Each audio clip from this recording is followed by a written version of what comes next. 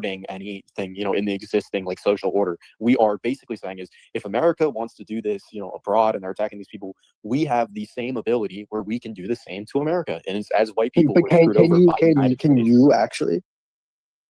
Yes. Okay, but like right now, can you do it, or is it just a potentiality? Yes. Okay, then why haven't you? What? Then why haven't I literally you? said we're forming the intellectual vanguard. Okay, but you're clearly not. With which we are going to foment the people. Oh, look, I have friends who I support who are doing that. You're not doing that. The warrior philosophers are doing that. Fucking. If he needs reading, okay. The warrior philosopher is that. The warrior philosopher is a faggot. No, he's not. No, he's not. He's my good friend. Don't call. Why are you calling him a? You call all of my friends faggots. I fucking hate that dude. You call us faggots. Okay. Oh, you guys are fucking shitting on me. Yeah. And you guys are LARPing. Okay, it's the war. Like, what if you actually could do? I don't understand. Okay. Bane and Patrick are Zogbots. Zogbots? What the fuck's a Zogbot? Like, this is just mean to you. Someone who fights a war for Israel. Do you think Patrick is in favor of Israel? Yes. No, he's not. He constantly shit. So dude, he was shitting on Giordani over it in the fucking group chat I'm in. Incessantly. It's like, what the fuck's the deal with Okay, but will he shit on the American flag? Would he shit on the American flag? He believes, okay, I disagree with him on this, and I have before, but he believes that there's virtue in there becoming a Caesar that reignites and changes the nature of America. And that's like a valid perspective. I just don't believe it's feasible. But there's no reason to be like, oh, well, why can't we have like a Renaissance reinvigoration of America into a new Rome?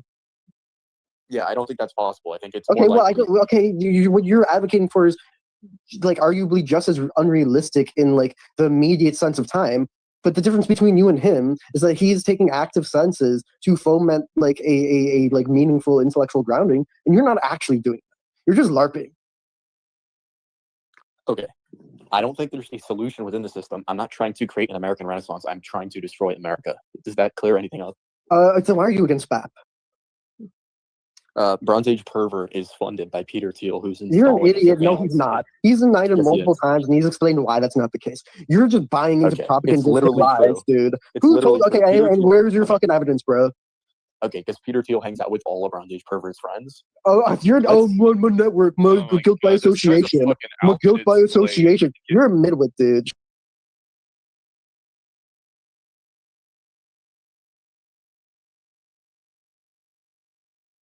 Shut up. Not you, MGL. Not you, MGL. The guy who just fucking attacked me. Okay, so is Curtis Yarvin? Is Curtis Yarvin?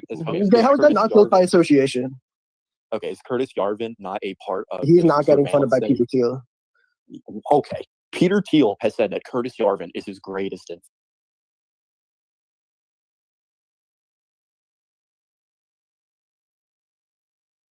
That doesn't mean fucking anything. Right, Curtis Yarvin. Okay, where is the? Okay, if you have the proof, he's getting funded by Peter Thiel because he has denied it. Curtis Yarvin's denied this. Yeah, I believe if my memory serves me correct. But like otherwise, like you have to give me proof. You're just making. Why would you trust a Jew? Why would you trust a Jew? Because I am not a retard anti-Semite. That's why. Okay. You're Jewish, thereby you're wrong. What a fucking stupid fallacy, dude. Come on. Okay, Curtis Yarvin is not just Jewish. Why are you just lying against Jews, dude? All these Jews who contradict each other and don't believe in the same things the other Jew believes. All Jews are bad by default. What a stupid position. You know what Nietzsche thought? Nietzsche thought the Jews had great potential. That if they could overcome their slave morality, that they would be a great force in Europe. That they'd be one of the greatest races in Europe. But I read Nietzsche. I'm so you can code it because of my will to power. Jewish people can disagree with each other on everything except for one principle, which is that they will always support themselves before others. Okay, and wait, that's everyone. That's everyone. That's not everyone. That is everyone. Everyone except libtards who want to like destroy themselves and everything. And the whole issue with libtards is that they're odd group preference. But beyond that, yeah, everyone. Are you kidding me? You ask a black person what they think about the blacks versus whites, or you ask like, I mean, you fucking support yourself over other people. You support your family. Okay, enough of this nonsense. I just want to know if Cecilia's what single. nonsense? What nonsense? No, go on. You want to keep shit? How can you fucking tell me what I think was wrong? She's married to Chad. You fucking loser, dude. Wait, I'm Chad. She's married to me. No, Cecilia's married to Chad. It's over for you. Yeah, sorry, married. No, it's Are you trans? No, I'm not trans. Why do you sound trans? I'm not because buying I have high T levels for a woman. I have PCOS. And What's I also that? You sound smoking as like a child. You sound kind of like this fucking guy I saw working at Starbucks. It's definitely not me. Well, No, I've seen Cecilia like face and everything. Like I know that she is 100% a void. Yes. Are you a smoker or something? Why did you Cecilia, do something like that? I'm a Cecilia, smoker. I'm sorry. People That makes sense. Okay. accuse you of being started trans smoking when What do you you're not. smoke? I'm sure that gets annoying. So Jesus Christ. no anymore. Okay, I but American Abyssal. spirits, light blue. Abyssal. American American spirits are spirits elite. are- That's respect. I are- roll my own Abyssal. cigarettes usually. Abyssal. I What do about enjoy doing that, anti-Semitism yeah. is retarded? Huh? Did he just Right. say something about the Knights I of want Abyssal to Malta? explain how anti-Semitism is retarded. You know Nietzsche. Or am I hearing things? No, you're not hearing things. He did say that. Okay, that's a hell of a lot more important than anything else. I'll tell you that right now. If that's even remotely true. Because fuck the Freemasons and fuck all the rest of it. Knights of Malta are incredibly high on the totem pole. You have to be royalty to be a Knight of Malta. They're towards the top of the pecking order. So if there's any way to verify that, that's important.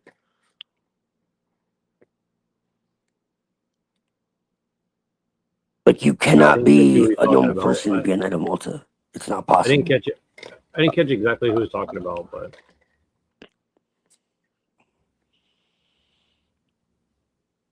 but yeah. So these guys are claiming Manson family, and then they claim they're Antifa, and then they claim that a bunch of other shit.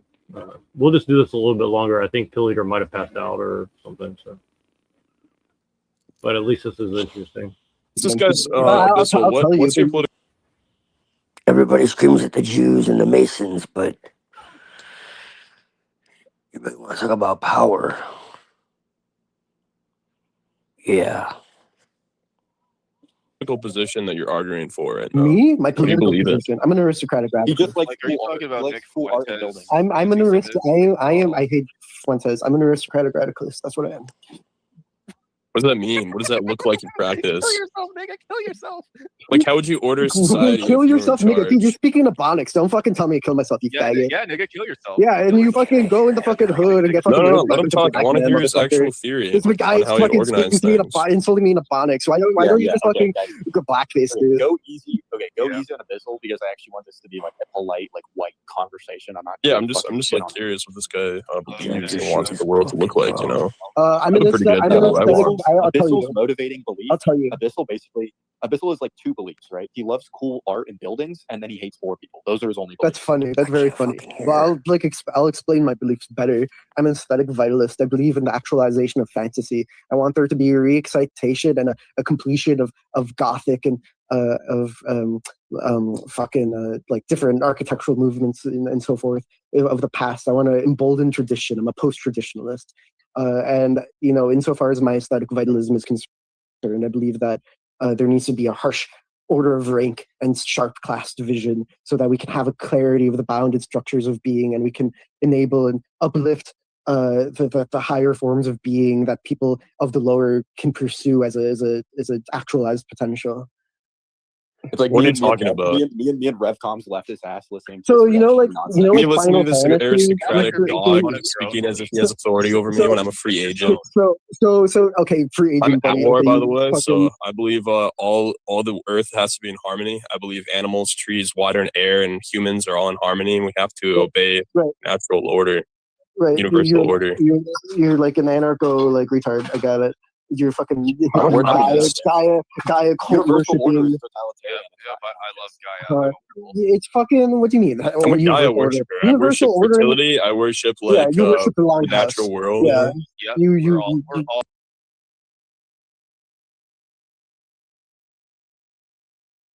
So Gaia worshiper.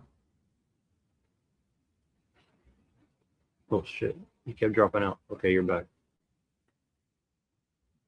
Yeah, because I keep losing sound. I don't know what the hell's going on. But yeah, what I was saying is, if this can be verified at all, that any of these people are Knights of Malta, I think you know as much as I do that the Knights of Malta are way above the They- Masons or Well, any of these other people. I don't think they were claiming that they were. I think you said someone was. Yeah, they're talking about like Bronze Age pervert or Theo or someone like that. like Peter Thiel or something. Okay. Pretty Okay. sure. Okay. But then this guy is saying, I'm a Gaia worshiper. He's like all of nature and humans have to be in harmony, essentially is what he's saying. Right. Yeah, well, a lot of these people claim that shit, but they're not. Well, that's what he's that's saying, the and then thing. he's like, kill everybody. So Right, yeah, to remain under 500 million or whatever. Yeah, like the Georgia Guidestones.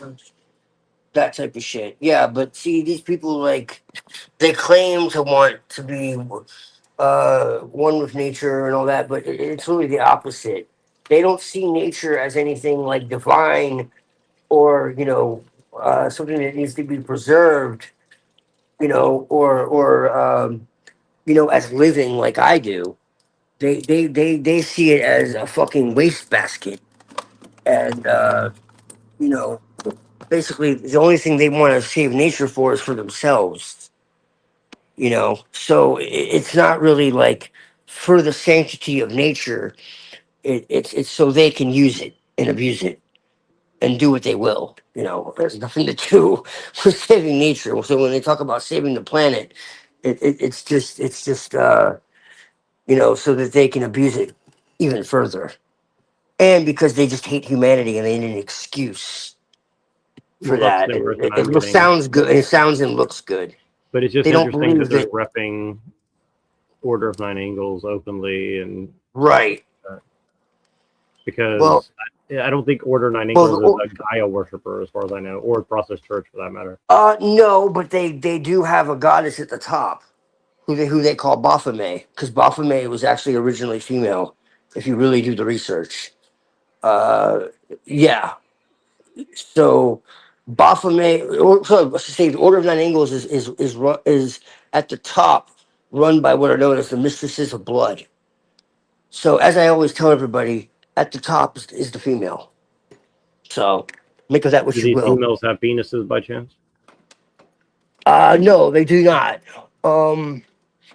But there is Venetian, symbolism and all of that, from a Luciferian perspective. Because Venus is Lucifer. Uh, but the Order of Nine Angles really goes back to the like medieval, like hermetic, uh, and then they have like Greek, Roman, pagan elements, and then they have like a little bit Would you, of like a British. would you say they're almost like Templars in a sense, like almost like a Knights No, no, no, Templar? no, no. Mm-mm. No, they would be anti-Templar, more like Cathar, which people confuse the Are two. you They're sure they wouldn't actually be like the Brotherhood of? Sorry, the Brotherhood, the Brethren of the Purity or something, or what I'm talking about? You ever heard of these people? brethren of the purity. No, I haven't actually. Brethren of the Sincere. Brethren of no. Let me share it with you. Hold on. No, I've heard a lot of the fucking groups, man. So that's pretty shocking that I don't know.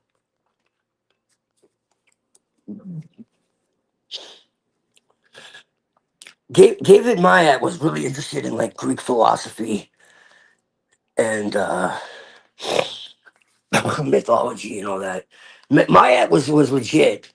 He just used shocking imagery and kind of like Crowley, but he took it to the extreme. The problem is that he wrote shit,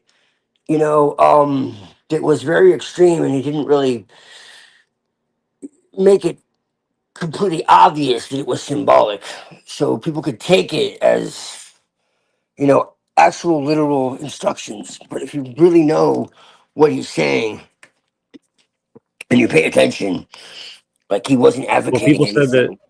people said that these people are the ones that influenced the Templars. I put the link in the back, and it's on the screen as well if you want to take a look The at it. Templars were infiltrated by the Asiatic Brethren, what are known as the Asiatic Brethren, and it's actually Islamic. Believe Right. it or not. That's what it is. That's what I'm talking about. The purity. That I'm saying, is that what you're saying they draw from, or No. They're more like a Cathar. Well, I asked because Maya branch. was a Muslim allegedly, right? So Yes, he became a Muslim. that's why I'm pointing to this because You'll it's find easy you'll to see find the connection between a lot of sort of so-called satanic groups and Islam, and there's a very good reason for this. And I'll explain it in a minute. I'm getting some food, uh, but I can tell you in short that Islam actually before Muhammad.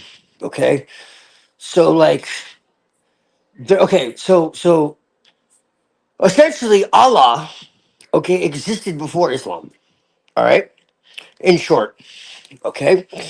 And before that, there were goddesses that actually existed as well. They're considered the daughters of Allah. And the daughters of Allah, okay, as they were called, um, there were these three goddesses, okay, Al Uzza, Al Alat, and fuck, I always forget the last one. Well, anyways, there are three goddesses. Um, and they're primordial. And like I've even talked to Muhammad about this, you know. And Muhammad is not a normal Muslim, even though he says he is, which is weird because I've literally asked him, like, hey, how do you feel about this? How do you feel about that? And he's told me openly, like, hey, this is how I feel about it. Um, and it's like, yo, this is not like normal Muslim doctrine, you know, which is fine, you know, because we agree on a lot of stuff like Ibn Arabi and all that, like they have elements of like Gnostic um, understanding in the sense of like what the all is, what the origin is, what you know that it's beyond you know identification and all that. So like his interpretation of Allah is actually closer to my interpretation of the all than it is of like the Judeo-Christian matrix in you know that you would normally fine. So like the divinity of nature and all this type of thing. And so like more mystical Islam is closer to paganism than it is to Abrahamic traditions. And so because of that, um, before, like I said, before Islam became codified into law and it became a, well, I mean, basically that's basically it. Same with Judaism. Before it was, you know, about the law, you know, back before when it was like polytheistic essentially, you know, when it was like Asherah and Anat and you know, Baal and supposedly, you know, all these demons or whatever the fuck. The fact of the matter is they were all like sons of and daughters of El, including Yahweh himself, you know. So before that it was a very different tradition that was based in like prophecy, but it was not prophecy in the way that people see it today. It was like sounding the alarm. It was like people would go into altered states of consciousness and experience things and like report back essentially. Uh, so with with Islam, one because of its like open war on uh, you know like Zionism and proto Zionism, and because of its like uh, almost pantheistic natural elements. This is why satanic, you know, groups would latch onto it along with National Socialism, because National Socialism, uh, before it, you know, got polluted and taken over by Zionists and Jesuits and all that, um, it, you know, it's called National Socialism because it's actually has to do with nature. Like that's what it was. It's not socialism in the normal sense. Um, the I'm gonna call them the Führer just to piss everybody off. The Führer actually despised socialism and communism. Um, and it was really all about resonance with nature and natural law. That was the whole point of it.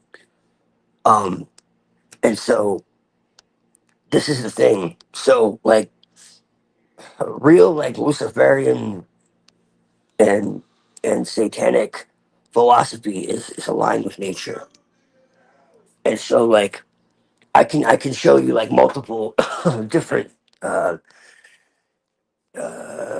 perspectives of Satanism, like Alistair Knock, Reverend Kane, pick your poison, you know, who openly speak against like animal sacrifice and all this type of shit because it's considered lower.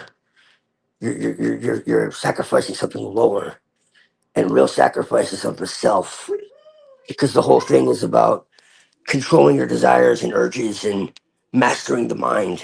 You know, that's what magic is. So if you're letting your desires take over you, that's actually a satanic sin. You see what I'm saying? So, like stupidity, for instance, is considered a satanic sin. There are such a thing.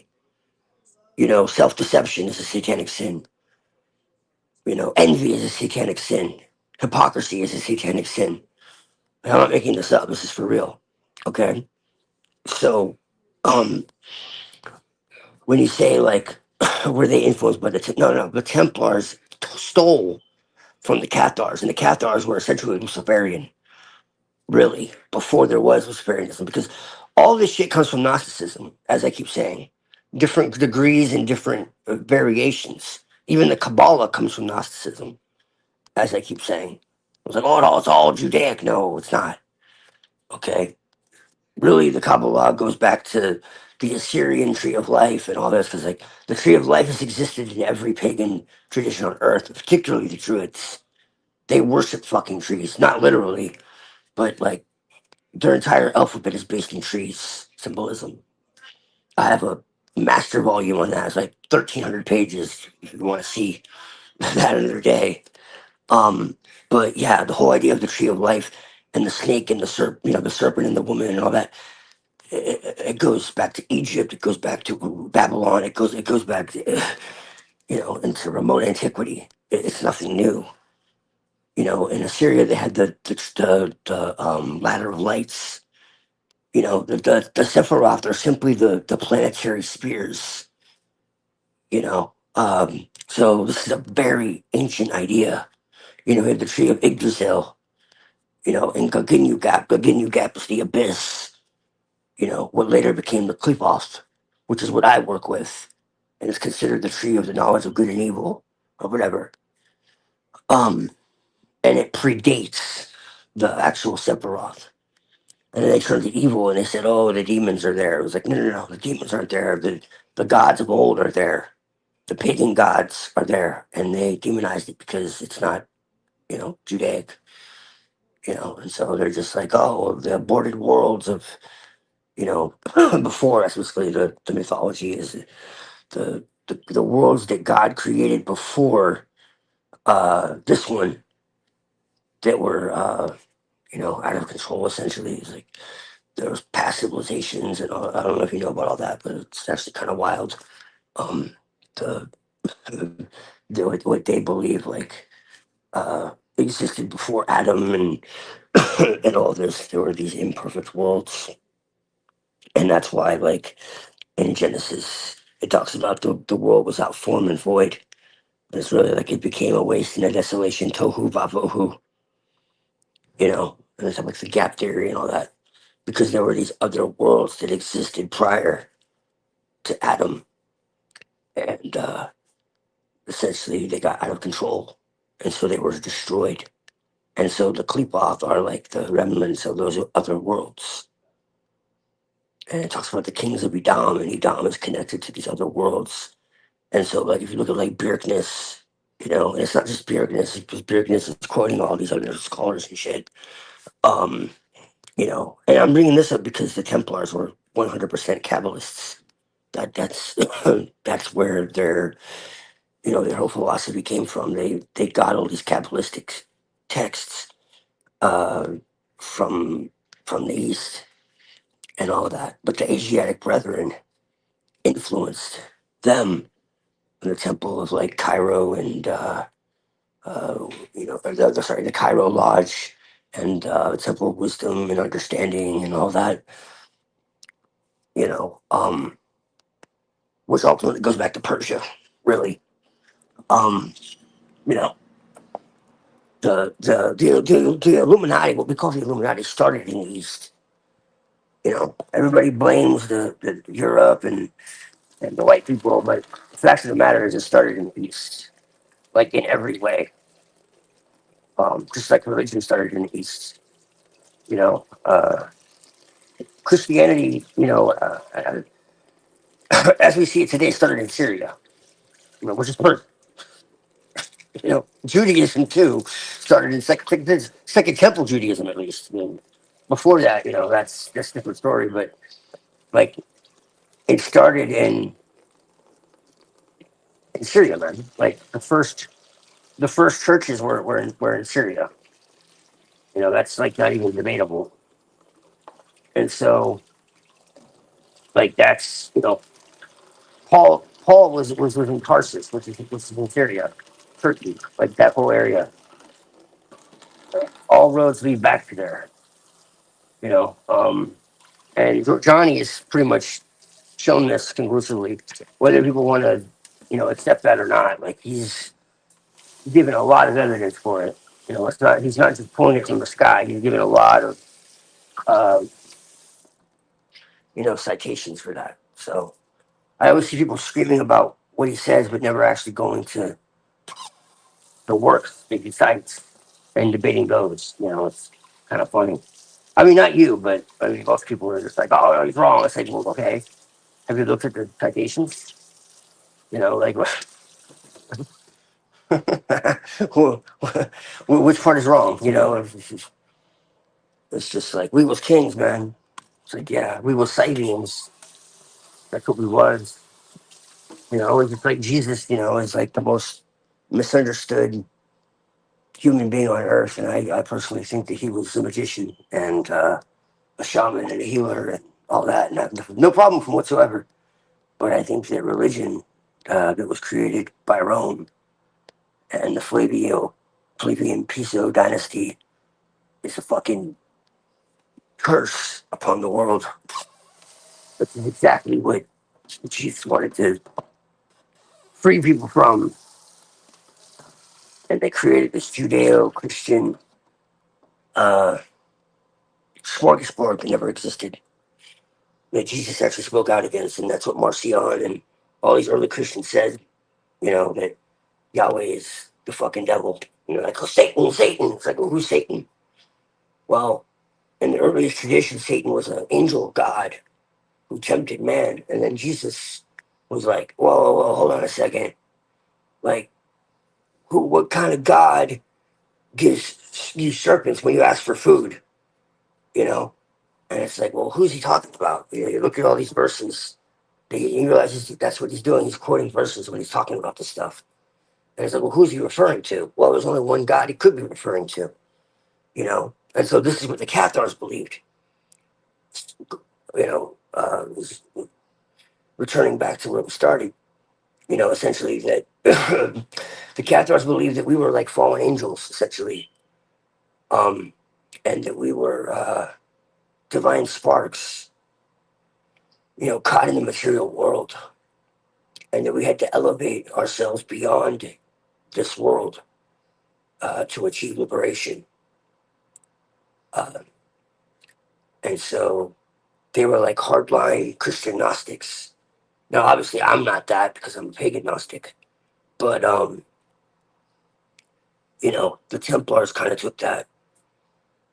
The elites believe we live in a simulation, and that this world is, a malformed creation.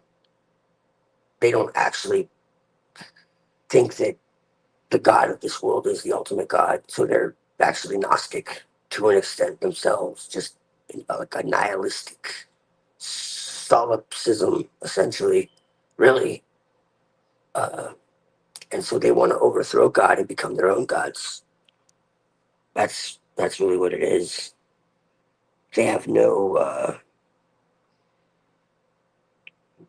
respect for divinity, for nature, for humanity, for anything. They hate it. It's like the Matrix. you are the virus. You know, like that's really what they believe.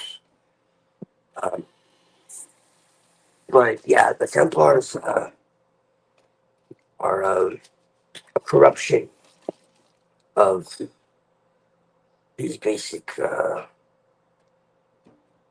these Cathar understandings, because the original Gnostics were like all about purity, um, and like disconnecting from this world, like through asceticism and all this. Like the Essenes were kind of like almost like a Gnostic uh, group, which I mean, there's actually some arguments to be made that Jesus himself was an Essene. But that's not the story. Um, but yeah, you can talk, man. I'm just giving you some background on all this. I have a book by Musagami that gets into the Islamic connection to all this. And when I say Islamic, it's also Persian, because it, you know, is influenced dramatically by it. Well, some people are DMing me that they want to join. Do you want me to throw the link out, or? I mean, I don't care, dude. I just don't want any bullshit. That's all. Yeah, no, I'm just I'm trying not to sure. enjoy conversation with you, find out what's going on with, you know, these fucking idiots. Well, let me play, And and I'll send out the link, and then we'll see when they come by. Because I'm Let me serious play about this. I don't want anyone derailing it, because, Yeah, like, I want to help you Chris with trying to this. stick on this too. I want to help you with this, man, because, I mean, it's not a joke. I want to know who these fucking According to people are. society, according to natural Because form. Lewis will give him a fucking visit, and we'll see how fucking, you know, down they are, how satanic they are. Fucking retards. No, I agree. So let me play Because this. I want to get your take on it too. I have the mind of Lucifer, but the heart of Christ, man. You know that. Yeah, and I have some questions for you too, but I'm just my hands are busy, so I'll be right back. I'll play some of this. Okay, Abyssal. The Longhouse is kind of based. I think that was wrong. Because, like, Yeah, I don't know why people are opposed to the Longhouse. Like, you get literally free. Okay, you go out in the field, you work like 4 hours, and you get to fuck your wife for the rest of the day. Like, that's awesome. Yeah, you advocate for primitivism. There's no point in Not even necessarily primitivism. I just believe in taking the structure, which is obviously matriarchy, which has worked forever, and just implementing it with the modern technology we have. That's all. Something can work, and something can work for the worse, and like be outdone and outcompeted by No, greater matriarchy produced every great civilization in history. Yeah, right. No, Okay. I see what you are. Okay, and the Brits are, where are they now? The Europe you hate now is a cause of what? It's a cause of the patriarchy being overbearing, causing people to rebel against it. Duh. You're right. Like, how do I even argue against you? That's just such a fucking bad reading. Like, I don't. All of our academic institutions are ruled I by. don't agree with full matriarchy, but patriarchy is dysgenic. The Patriarchy is real objectively, yeah, that's my What do point. you Patriarchy is even mean objectively by dysgenic because men will just fuck anything. Men intrinsically are going to be driven towards rule, because the man is the sex which desires status, wishes to make meaning in the world through own identity. And in the same sense, the ancients considered the fact of the unrecognizability of woman and specificity to be a trait of their unique humbleness as the other sex. And this is just the fact of nature. And when you have a society that is gynocratic, that is ruled by women, you lose a sense of culture and society. You have something horrible like National Socialist Germany. That society, because it's ruled by identity. You have something horrible like Fascist Italy or National Socialist Germany or Rome at its height, which were all ruled by women, but they were ruled by women. Okay, Hitler was a woman, bro. Even Braun had more power than Hitler. Hitler was a woman, bro. Dude, what are you on about? Like, Why are you just rage baiting? You're just.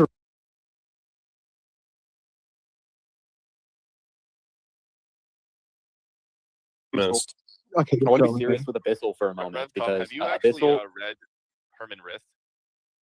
Yes, yeah, I have. Okay, good. Okay, I actually want to be serious with Abyssal for a moment, because like, wait, guys, I want to talk to Abyssal, because Abyssal has a purpose, right? Abyssal's a right winger. He'd probably never consider this, right? What if But all the patriarchy highest really Templar, sort of or all prioritizes the this? highest Is old, wealthy Masonic men degrees are Templar over the young, degrees. virile It's not men, necessary. right? The Because, Masons are 100% the Templars reinventing themselves. Did you know the absolute highest degrees of Freemasonry require you to believe in the Trinity?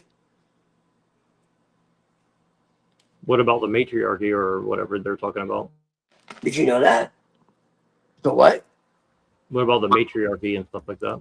The matriarchy? Well, that's hidden, man. They don't tell you that shit. Masonry is 100% a goddess tradition when you really break it down. All the symbolism is goddess symbolism. All of this shit is goddess shit. Like, when you really understand it, it's not open. They don't tell you. Like, even at the highest degrees, you only find out when you get to the highest levels. And I'm not talking about 33rd degree. I'm talking about like Medthrift Mizraim, like Mark Mason, like Royal Order of Constantine and shit. Shit most people don't even know about. 98th degree, uh, and above.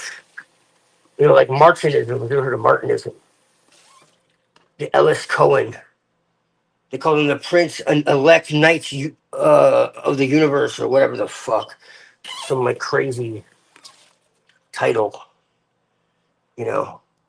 But then you go to the very top of Masonry and you find out that, the very top of Masonry and the Knights of Malta and the Jesuits and all that, they're it's the same fucking people.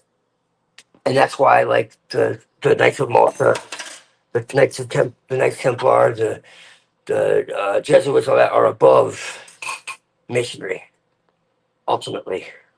So what do you make of what these guys are saying so far? Do you think they're legitimately O9A or they're just... I mean, just from them talking, it's hard to say. It could be anything. It's possible. The one dude seems like he's serious. Uh, but it doesn't necessarily mean anything. What I'm curious of is like what is the actual evidence of like, because you said you were getting like gang stalks and shit. So like, what has happened exactly? If you want to Well, like I'll send you send that me stuff. something like off, camera or whatever, Yeah, I'll send that off or camera. whatever. Yeah. Like, Because I do don't you have have it. like, yeah, like what's actually happened? That's what, not just what people are saying, but Well, like what, it's like a group chat of like 40 people that are all like right, talking about him and saying that they're looking for him. right. Well, yeah, like I said, these people like to sit in group chats and send like cartel videos and talk about like I'll skin you alive and you know what I mean. Like I've seen that type of shit.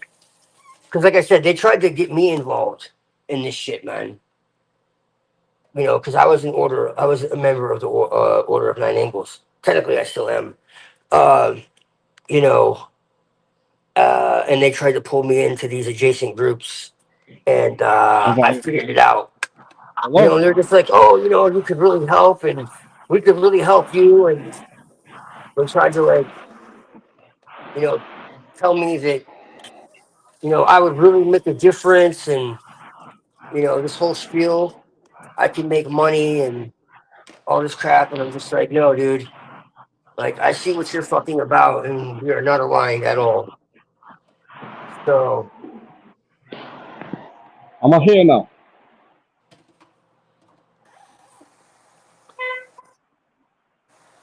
there's Hello? sick fucks.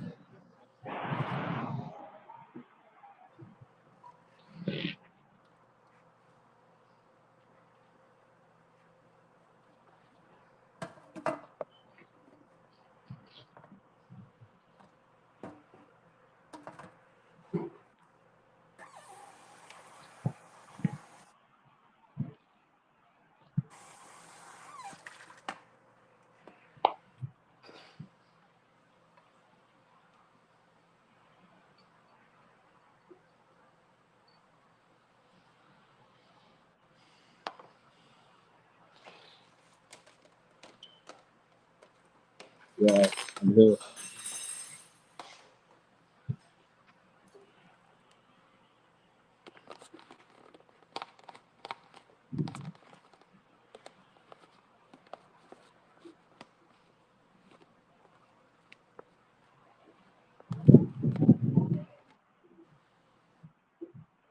Good Twilight. Twilight, can you hear ESP? Barely. Let me boost him. Let me give you a booster. Boosted. Boost you. Let me boost you up, mate. Give me Hello? a good old romp from there in the, you know, the kingdom. You know all about the processed church and all these silly little places around here. They're sick I know a fucks, few man. things. Who is? Oh, I'm walking now. I'm walking in the room.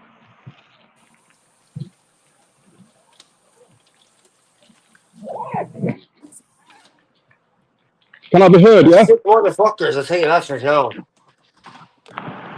No, What do you that's think of Irish, Irish? Twilight. Yeah, Englishman.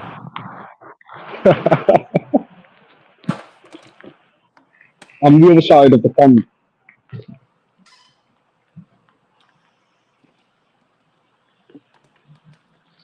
Well, come again there.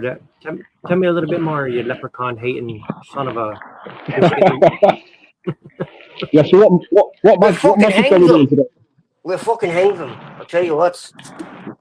You're doing nothing. Hey, man, technically I'm fucking Irish, so, you know, I'm allowed.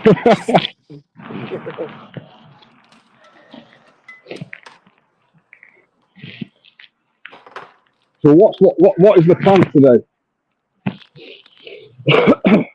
Is it tea time yet?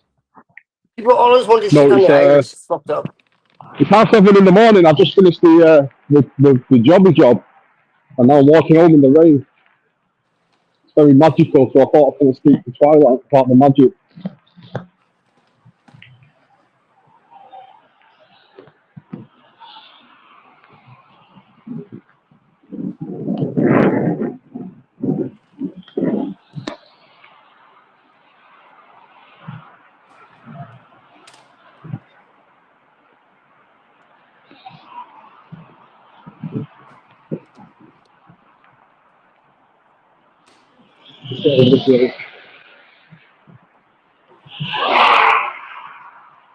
That'd be great. And it's So, been over on the sorry, live stream. sorry to leave you hanging, ESP. I just need a few minutes. Give me a rant about England or What the whatever's going fuck on is with you. that? I think we're on about England. What in But the it's fuck certainly you very have brown going and on black. there? It's certainly very brown and black. I know that. You got Darth Vader in the background. What does that mean? It's fucking Darth Vader. Are you in I don't know traffic? about Darth Vader. He's in Doesn't Darth traffic. Vader do? Doesn't Darth Vader do Kabbalah? It sounds like he's in traffic. Yeah, I'm just crossing the road now. It's pushing down. I've got half an hour or so, so I thought, I'd come on. Because Nero was live yesterday, and I just spammed the chat for half an hour. So now I'm actually hearing perfect voice to voice, voice to skull.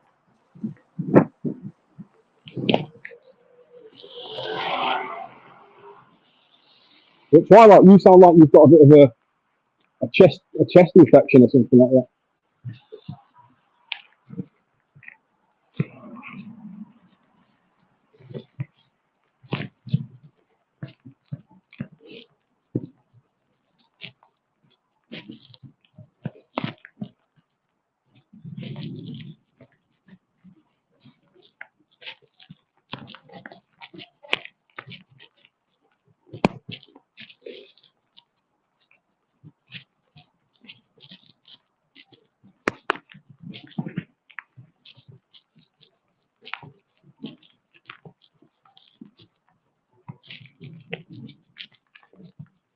Yeah, just chuck it down. Hey, hey.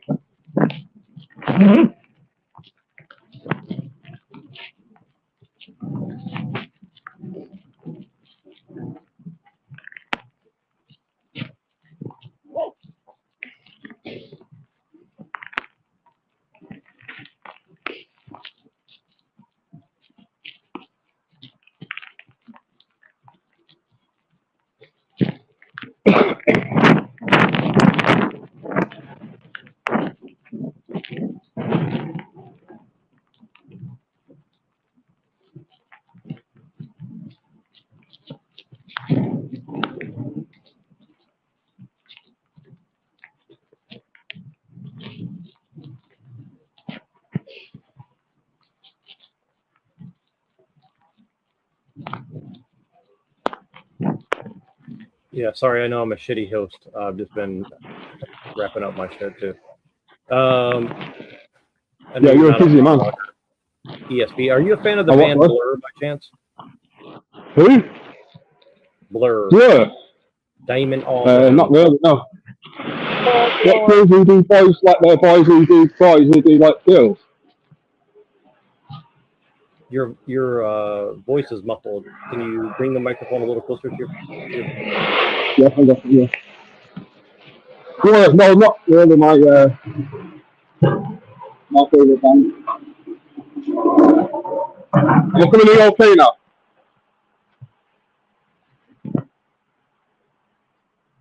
What?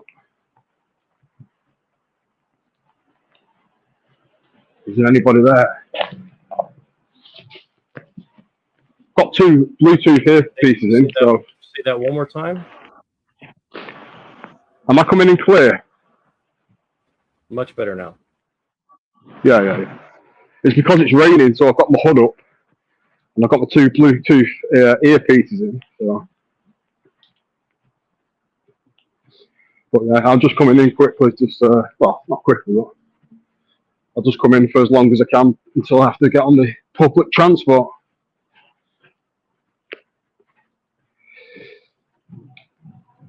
So yeah, Twilight was breaking it down then about the clip off and the Gnosticism. Holy shit, I can fucking hear you, man. Yeah, man. What's up, bro? Yeah, how you doing, Twilight? You alright? Yes, I can hear you now. Yeah. Well, it's going to be my side's not going to be great because, like I said, it's pissing down with rain. I've got my hat on. I've got my hood up. Obviously my earpieces are in my ears and they've been covered up a little bit by my hat. But I've just found a bit of a shelter for 5 minutes. Right. So why are you not a fan of Blur or Damon Albarn? No. Blur. No. Where's all this? Where's all this come? They're a bit sus, them people. They're about what? Sus. S-U-S. Bit of a strange people, I think. Because you're saying they're white. Suspects. Yeah, they might not be the gender, especially with the songs they did. Did you know that he married like a half black woman and then now he's getting divorced and he's trying to move to like Greenland or something? Yeah. Pretty weird, huh? I don't think Svalbard. Yeah, very. Like that. Svalbard. I want to move to Svalbard.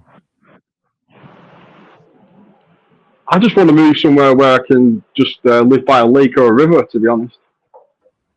What if it's all Somalians and Ethiopians by that river? Racist! You are racist. Well, maybe I'll choose the river where they're not there. Why should they have to have identification and actual work permits? Why can't they have fake companies with like 16 different incorporations in the same location? Why not? Why not? They haven't they suffered enough? Haven't they suffered enough, white man? You're the problem. You're the problem. I know. Yeah. You and that Hitler guy. You're the problem. Maybe I think they just need better boats, to be honest, because I don't think it's fair they come on the boats. So I've been talking to people on all these different social media about this stuff, and they're always like, "Yeah, no borders, no USA, or whatever." And I'm like, "Yeah." I'm like, so you're a Zionist? And they're like, no, I hate Zionism. I'm like, well, that's the plan of the Zionists, dissolve all borders except for Israel. So like, why are you being such a Zionist now? It's so funny because they just get mad and block you. Bro, Trump just ended the UN. That's the what is it you're on? Not Twitter. Is it X? You've been going on. Yep. Trump just ended the UN, dude. He just ended it. He told the World Economic Forum like enough is enough. That's his slogan. He did a Illuminati card slogan. Yeah, he did a whole speech at the World Economic Forum. and he's like, I mean- globalism is over with. We're done. I mean, I want to believe that his heart's in the right place, or at least Dude, that it's it going to have is. some good effect. But Dude, it's not even a question. It is. It's just a matter of if someone's gonna, assassinate him or, has other plans on top of that. Like if you look at what he's been doing the last week, dude, it's a lot. Yeah, It's a but if whole they lot. assassinate him, he'll just be part. If they assassinate him, he'll just be part of the script. No. Yes. well, he does have like the best stem cell research in history because his ear totally re-healed like he's Wolverine or something. Bro, I don't he's think he's rebelling got it. against Israel right now. Like right now, he's rebelling against Yeah. Israel completely. Yeah, but what does that really? Yeah, what's that really mean? Yeah. So like That's he's mainstream. Messiah, son of Joseph, right? So He's German. He's German and Scottish. yes, he is. Well, Yeah, he goes back to John Templar Beard families, disagrees actually. with you, Twilight. Yeah, no, he actually goes back to Templar families. No He doubt about probably it. is a Templar. It wouldn't surprise me.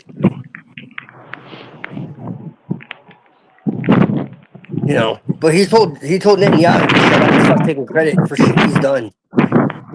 Right. Where was this though? This is What media platform was? I think he's Hitler. 4th, 2026. Once again, Trump and the White House and his This guy. administration have released a What's this- series of what's this guy images called? freaking people out. And when No, they got him blackmailed. Probably. I mean, I don't know. What's the guy called that's speaking now? Bjerknes. I love Bjerknes. I fucking love Bjerknes. properly understand. Yeah, this guy dropped some all of knowledge. this. I just I don't always agree with Is him. this But guy- he has a lot of really good information. Is he a scholar in Judaism? He seems to know a knows lot. his stuff for sure. When it comes to Judaism, Kabbalah, I would make the argument Christianity, but in the empire institutionalized version, because I actually believe in Christ, but just not in the archontic, mainstream sense.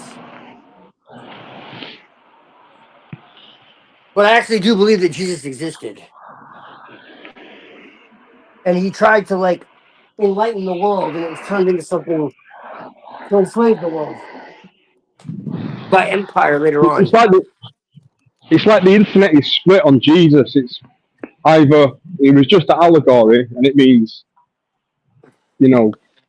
some sort of Christ consciousness. Jesus goes through the spine and the oil and all that shit, and then it's no, Jesus was an actual person. So it seems to be split with different people. Well, it's both, really. It's both. People can't accept the fact that both are true. So basically, as far as I'm concerned, the allegory is true, okay? But what people misunderstand is just because of astrotheology, okay, in the gospel texts, okay, those texts were written after the fact, okay? Like if you go back into history and you look at some of the earlier texts that were rejected, okay, like there was no story of his birth and resurrection and all that. This was all added later on, okay? So that story of the birth and resurrection and the disciples and all that, that's astrotheology. But what people don't understand is they look at that and they're like, oh, it's a symbol of the sun. It's like, okay, yeah, but what is the sun? Like the sun isn't literally the ball in the sky. It's a symbol of, like you're saying, Christ consciousness. But even that isn't really the full understanding. It's understanding the consciousness goes through cycles. That's what the zodiac is. People look at astrology and they're like, oh, balls and rocks in space are influencing the destiny of humanity. No. That's not what it is. Astrology is the cycles that consciousness goes through. Everybody goes through these cycles of consciousness. So if you look at the Bible as like everybody is you, essentially, at different periods of your life, it all starts to make sense. So when Jesus says, I and the Father are one, yeah, because everything is connected. It's non All right, let me duality. hear you. Right, let me hear you this one, yeah? And then Jesus himself most likely existed, but the story that was made afterwards is fraudulent. It's based in reality and then also like mythopoetical stuff, astrotheological information. And then like they took his parables that were authentic and they mixed it all together basically. They took paganism and Christianity and Judaism Yeah, and yeah, they yeah, mixed yeah, it all yeah. together.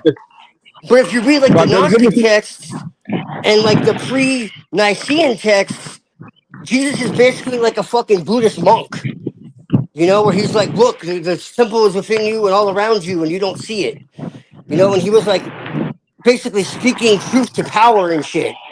He was like completely Yeah, flipping the tables antinomian. over. Yeah, flipping. He was Right, a but listen to this liberator. one. Go I've ahead. subscribed to this rabbi. I've subscribed to this rabbi who's deep into the Kabbalah, yeah. And yesterday he drops a 20-minute video saying that Jesus, when they say in the Talmud, Jesus is actually burning in like shit. What that really means is they're having a dig at the Christians that drink wine and eat the bread and say that is Christ's flesh and blood. So what they're saying is that it's just a metaphor for the wine and the bread digesting in the Christians' digesting system. What do you know Correct. about that? You know that one, yeah? Correct. Yeah, well, Right, they right. see Jesus as Satan. 'Cause that's what I came on Actually, here to.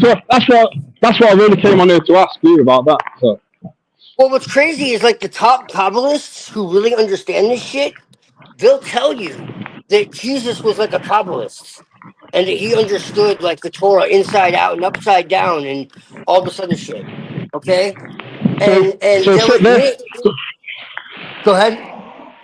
yeah. So the Jews are saying that it's some type of blasphemy for the Yeah. Christians to do some sort of cannibal ritualism by Yes. pretending that the bread and the wine is blood and flesh. Yeah. Yeah, because it goes back to like Dionysus and these pagan gods. Ultimately, like Well, it really. If go ahead. no, I'm just saying the comment section was quite split. Like some of them didn't take it very well, even though I think most of them are Jews. They still didn't take it very well. There are Jews that understand what Jesus actually was, though. Yeah, there's many different types of Jews. Like there's many different types of Christians and Yes, Freemasons. right. And One like person's understanding is different to another person's understanding. the top the top rabbis who really have studied this, they themselves are like closeted Christian Kabbalists, you could Christians. say, really, because they they see they see Jesus as the suffering Messiah of Isaiah 52. Yeah. Okay, they see him as the you know, the fulfillment of that, but they see him as Satan. They see him as Omelis. Okay, so they believe that he was born of Samael and Lilith, Yeah. and that he's a false Messiah that leads the Jews away from the Torah and from the one God into idol worship. Now this rabbi was saying that the Jews see the Christians as some type of monkeys because monkey see, monkey do. They're trying to go up because they say they have the first scriptures. Is that what that means? Yeah, I mean, they have a lot of really I'll have to interesting listen to it things again. to What he said. say. Yeah. Just, I mean, if you read the Talmud for more than 5 minutes, you know, it's obvious how they feel about the rest of humanity. But You know, the Talmud is just rabbis' thoughts on scripture. Is that right? Well, it's their interpretations of the Torah, the deeper teachings of the Torah. And Deeper, granted, right? Yeah, yeah. The esoteric, yeah. a lot of it is allegory and law. That's the other part, law. But the thing I mean, is law as in you must abide by. the thing is you know, there's a lot of despicable shit in that book. It's one of the most evil books ever penned. Yeah, yeah, Um, yeah.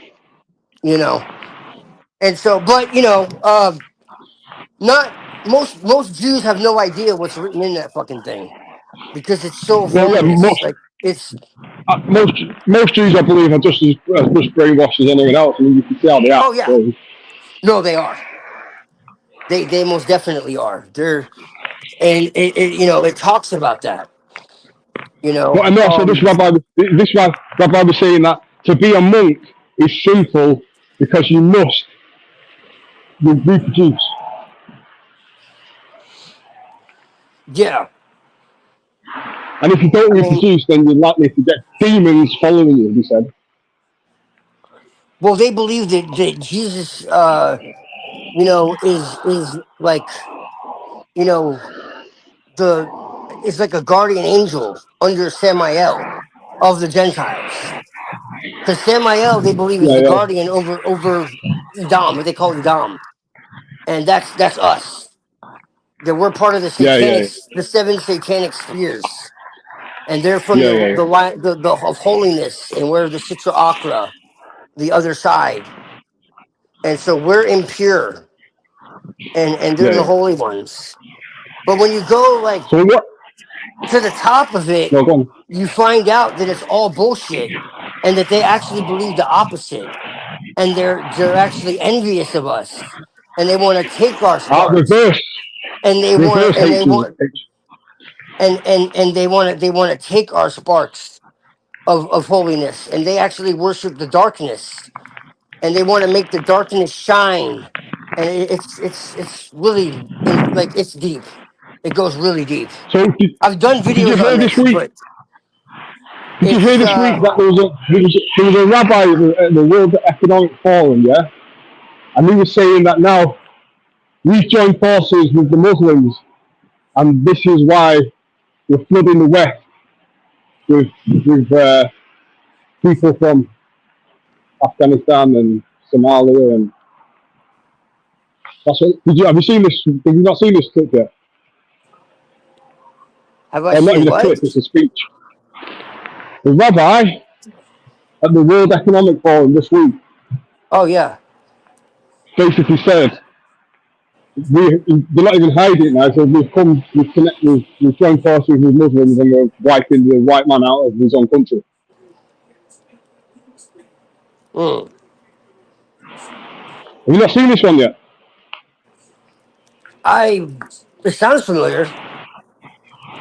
I think it was a speech that was done this week at the World Economic Forum.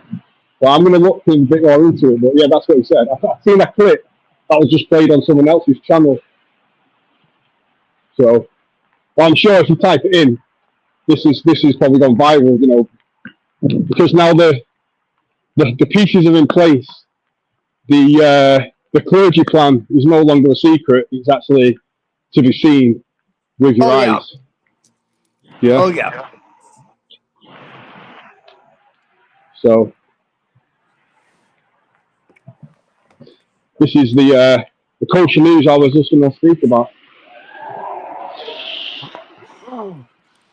Oh yeah. They love So to good put it in our times ahead. face.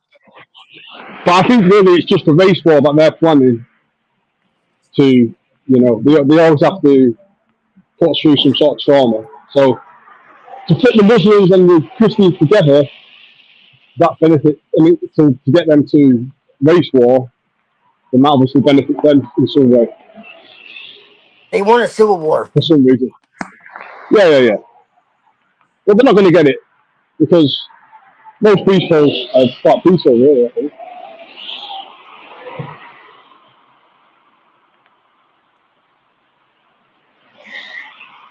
That's what the ice shit is all about, and all that.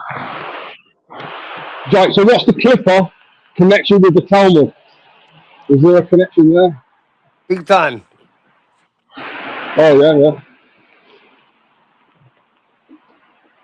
So if the flip-off is evil, why are you taking part in it?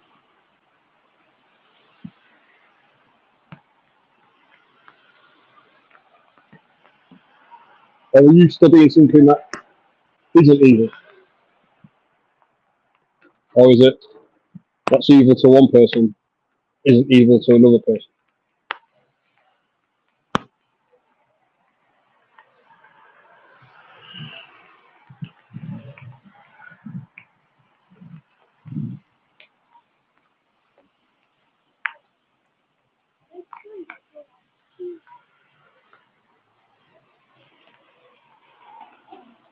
Has the stream died?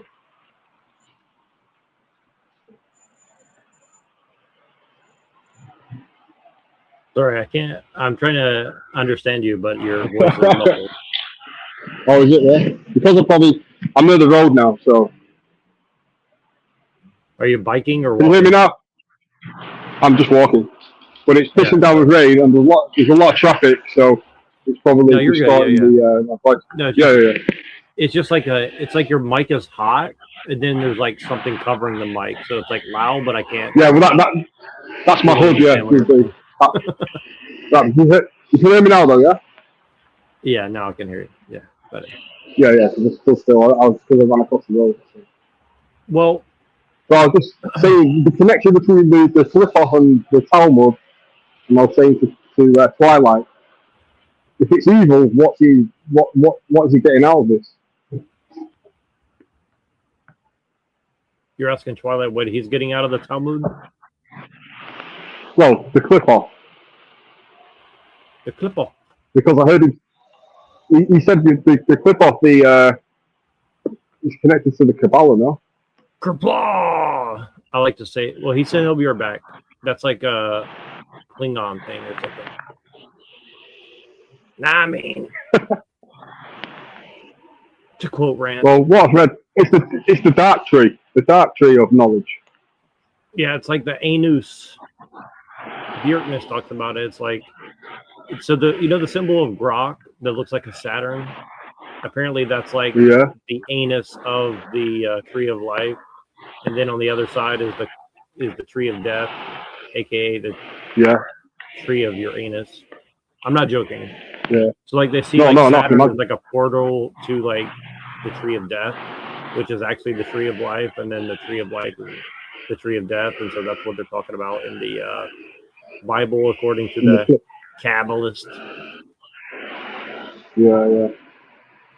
I mean, this is what I'm gathering. I don't know. No. I think it takes a few years to study all this, but I don't see it being a positive thing to be honest. Sorry, say that. That's why I was asking. I'm saying I don't think it was a positive thing. That's why I was asking Twilight, what is he actually getting from this clip-off?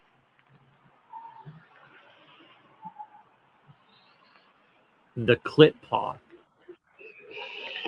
Like it sounds very. He said it's. It sounds very. He said it's a new manifestation of a far more ancient system. That's what he said. Right. Yeah.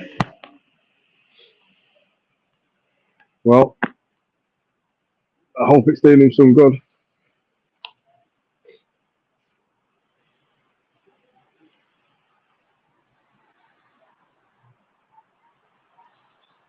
Sorry, say that again. I said I hope it's doing him some good. But maybe not. I don't know. The clapper. It seems like it. Yeah. Hold on, I'm gonna switch to my phone. Hold on.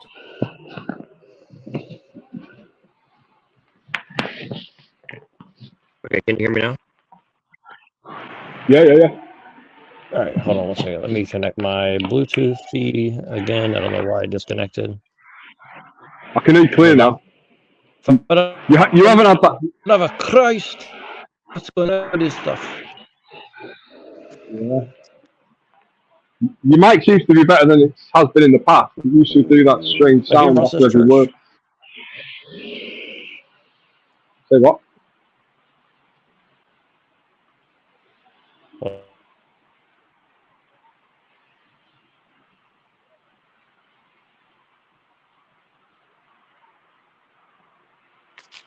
Can you hear me? Can you hear me? I can. Can you hear me now? Clear. Okay, cool. How's the sound? Check Better? 1, check 2. Okay. Sorry, when I was using my computer, I could hear myself echoing in my headphones. And then when I put my headphones on, it disconnected, even though I was already wearing them. So it's like, I don't know. I mean, doesn't make sense, but if you were me, then you would understand. And then if I were you, I wouldn't understand. I'm just joking. So yeah. Can you hear me okay? What the hell? Okay, can you hear me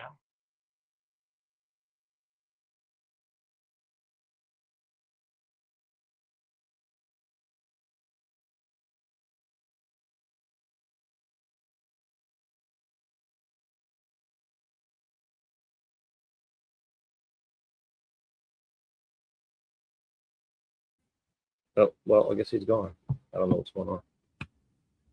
Yeah, I don't know if anybody's watching still. If you're in the chat, drop some P-bombs or something in the chat. Let me know that you're down there. I guess Twilight is MIA for the moment, as is his audience, because they got annoyed with me. So I guess I'll make it worse and play a little thing for you guys.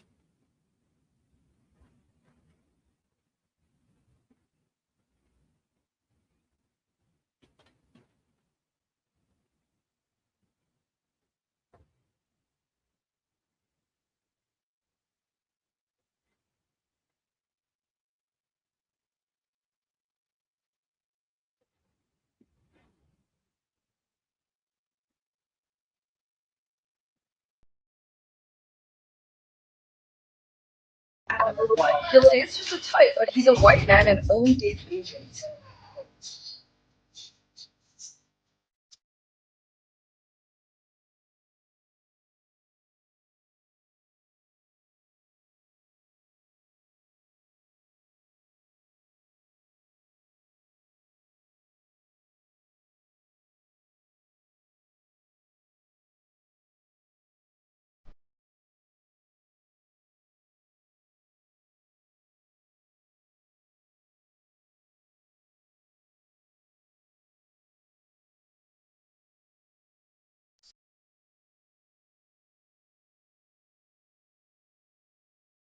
I could really give a fuck now.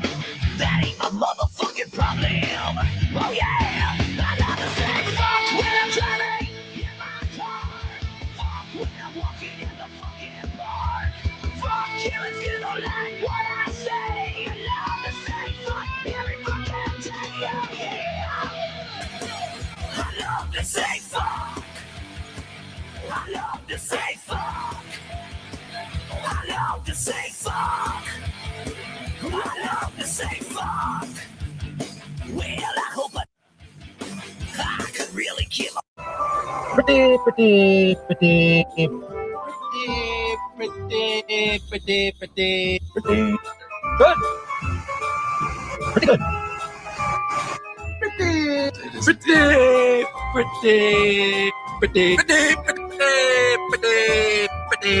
Good. Pretty good. Pretty. women is men are using what's preventing women is men are using condoms. What's better than using a condom? Preventing your seed from entangling with a woman outside rather than like that's very gay. It's gay for a woman to be not birth control, like denying the creation of life. It's gay for men and women to be not men, texting each other all day, watching Disney movies and highly playing the sort of condoms and then even early adults will get involved there. They're like, I'm not saying that I'm saying all of this nonsense that's about modern dating culture is extremely sterile and unserious. Women is men are using condoms. What's better than using a condom? Preventing your seed from entangling with a woman outside rather than like that's very gay. It's gay for a woman to be not birth control, like denying the creation of life. It's gay for men and women to be not men, texting each other all day, watching Disney movies and highly playing the sort of condoms and then even early adults will get involved there.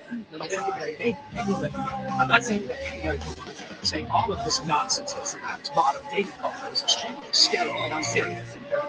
Women escape. Men are using condoms. What's better than using a condom? Preventing living your own seed from attacking a woman outside rather than like that's very gay. It's gay for a woman to be on birth control, like deny information of life. It's gay for men and women to be not married, but texting each other all day, watching Disney movies and cuddling together, and playing the sort of around college, and then even early adulthood, milking the wrong day. And I'm gonna get married. I'm not saying that. If you know she wanna fuck, bang her. She all on your nuts, bang her. The bitch is too drunk, bang her. I ain't no punk nigga, I'm a banger. Janet, I'ma bang that bitch. Vanessa, I'ma bang that bitch. Whitney, I'ma bang that bitch. I ain't no punk, I'ma bang that bitch. Hey, short, you know what's up. Last night at the club, I was trying to fuck. Seen a bitch with a big old butt.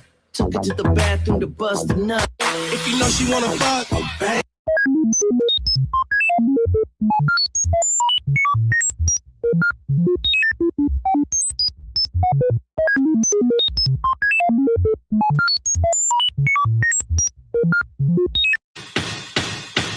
Bück dich, befehl ich dir.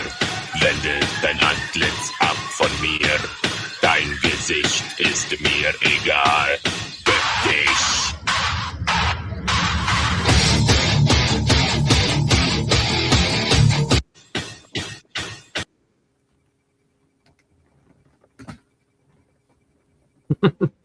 Hola, mi amigo. And thank you, AI Gollum ESP man, for coming, because always a pleasure. Twilight is missing in action. Pillator is also missing in action, but Machine is here, and I've just disgraced him with my terrible videos. So. Apologize. Yeah, it's all good. Yeah, we started off totally in a different direction, and now we're all the way on the other side over here.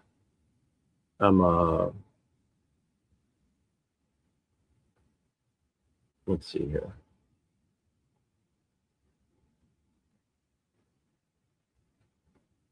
What's on your radar today? I saw some rumblings in the panelverse, but nothing really super notable. Just like Tommy versus NPC, and yeah, that's what I saw too. Yeah, and I thought it was kind of like, I mean, it was honestly funny to me, but maybe that's because I'm fucked up. I don't know. But okay, seemed like a lot of people enjoyed it. For some Everybody reason. keeps asking me about the Cliff-Off and the Sephiroth and why mess with it, demiurgic or whatever. It's simple. He's awakened from his slumber. The Cliff-Off, the Citra Opera, the night side, as I prefer to call it, is really serenade us with pagan this talk of the Cliff-Off in origin. Okay. So that's the first. That's the short answer. If you want the long answer, you go the easy way or the hard way. You know, I can give you that too. So I wrote a whole article on this. Well, it's actually part of my book, but yeah, he can't hear me, so I could just react. It follows the same principles as shamanic soul travel, ascent through descent, rapture. He can't hear us, so we can just react. As I said, the ancients didn't see a separation between the natural and the supernatural, nor did they see it as a disembodied world somewhere else. They saw everything occurring within nature's framework. Yo, Twilight. That doesn't mean that there weren't other worlds. Yeah, it's just that those other worlds were right here and right now. Hey, Twilight. Avian and Machine said they can hear you, but you can't hear them. I can hear Avian. I can't hear Muhammad though. Blessings. It's all good. It's all good. We'll just keep it this way. Can I make some comments I'll now? just react to him. First, I want to say this. National Socialists, they did not care about nature that much. Like Nazi Germany, they did a lot of virtue signaling. For example, Hitler would claim to support animal welfare, but then he promoted animal testing, welding, and financed Göring's hobby of hunting. The Nazis used animal protection rhetoric as part of its self-image, like in a Machiavellian sense, Who and said that? propaganda, while simultaneously supporting or permitting practices that caused massive animal suffering when it served military, scientific, or elite interests. And Who said that? that, And when was you it can written? actually Before or after the war? Göring and their welding, they did welding and stuff. Yeah, They do yeah, welding. yeah, they Yeah, did. yeah, they did for Who military said? purposes. Right. Yeah, Yeah, they Helter did welding Skelter. for sure. Yeah, but yeah. they loved animals in nature. That's not a Well, question. but that's one thing to claim you love something as a rhetoric, but another thing to follow it through. No, they really did. So then So why I'm would they guessing. go support animal testing? Like, they even have vivisection and stuff. Yeah, it was a Yeah. technocracy. It just... Yeah, it's a technocracy. You see, yeah, I could say I love animals and then I go and support animal testing or vivisection or welding and stuff. Does that mean I really love animals? It's not authentic. Well, see if what I you mean? want to heal the animals, you have to kill some to know how to heal them, right? That's different. The problem is with industry and with Crack the a few technique, eggs. the growth of industrialization. You see, I mean, that's the problem and stuff. You see, they were a technocracy and stuff, so they did have to do stuff like welding and but Well, even if they were hold Göring on, if though they was were a a trophy Buddhist, hunter. if they were a Buddhist technocracy, would you still be angry at them? Well, Buddhist and technocracy do not go well together. But let me address something else. Göring was a trophy hunter, and Hitler, who supposedly loved animals, actually financed his reserve, and he promoted Göring being a trophy hunter. I mean, kind of like how the Habsburg, they would go around and they would hunt elephants, and they would cut off their head and mount it on the wall, and Göring was into that kind of stuff. So this is the thing. It's just the mixing politics with spirituality with fucking environmentalism like that is just ridiculous. And another thing is that I want to say is that like yeah, another thing is that uh, uh yeah, I mean that's it. But there's some other things I wanted to talk about that I don't know Yeah, if I he's should bring gone. up, but it's just like all that Freemasonic stuff, and I don't know if and the O9A and stuff. The O9A and stuff. Okay. I don't know if I trust them. That's Oh. like O9A. Oh, there you are. Okay, so Can you hear me now? the night side, yes. Okay, nice. The night side, okay, the Citra Aqua, what became the Qliphoth, okay, is a later invention. All right, and every Gnostic source worth anything, even pagan, the demiurge cannot originate. It copies, freezes, and externalizes. It operates through daylight logic, hierarchy, law, command, visibility, fixation. Okay, if the night side were demiurgic, it would show rigid structure, external authority, compulsory belief, and fixed moral boundaries, or binaries, sorry. It does the opposite. Okay, before Abrahamic and imperial overlays, the night side meant liminality, in between states, threshold states, descent, catabasis, not full, chthonic intelligences, earth, body, blood, rhythm, nonverbal gnosis, dream, trance, intuition, and symbol, cycles, death, regeneration, and return. This is found everywhere. Eleusinian mysteries, Orphic rites, Egyptian duat, Sumerian of Hinata's descent, Shakti and Kali traditions, Bon and pre-Buddhist night yogas, pagan witchcraft, and folk rites. These systems do not produce obedience, they produce initiation. This is again why it's not a religion, but I'll go blue in the face explaining this. The sleight of hand is that dark equals demiurgic. This is post-corruption propaganda. Nocturnal rites threaten control that bypass priesthoods, operate internally, and cannot be standardized. The Archon imperial systems demonize night deities, inverted descent into sin, reframe gnosis as temptation, and externalize salvation into daylight authority. Result, night becomes evil, day becomes order, logos is severed from Sophia. This is culmination of symbol, not ontology. The archons do not operate well in liminal, trance, erotic, or imaginal states. They require fixation, belief, fear, and external authority. The night side dissolves fixation, destabilizes imposed narrative, re-embodies perception, returns agency to sensation and intuition. That makes it anti-archonic by function, regardless of later distortions. Because there is a corrupted night current, but it's secondary, not original. This is why people get confused. The original night side is organic, cyclical, and initiatory. The corrupted night side is inversion, fetishization, power games, and ego inflation. The demiurge cannot create the night current, hijack it, just like it hijacked kingship, priesthood, sexuality, language, and timekeeping. No one argues we should abandon language because it's been hijacked. Same logic appears here. Because the demiurge cannot generate liminality, only stimulate order, the night side predates it and disrupts its control mechanisms. What looks dark is often simply ungovernable by daylight authority. If the night side were demiurgic, it would produce obedience. Instead, it produces individuation, gnosis, and return to source. The real divide is not light versus dark, but organic perception versus imitative control. The night side belongs to the former. Simple. Yeah, Darkness is so ignorance, that's descent. cool. Yeah. So, Yeah, so I mean, those are well, your someone was beliefs. asking me earlier, ESP was asking me, why do I work with the clip offs? You know, everyone thinks it's Jewish. And I'm just like, well, no. It goes back to all the ancient mystery schools when you really understand what it's talking about. They I mean, they turned the pagan gods into demons. It's that simple.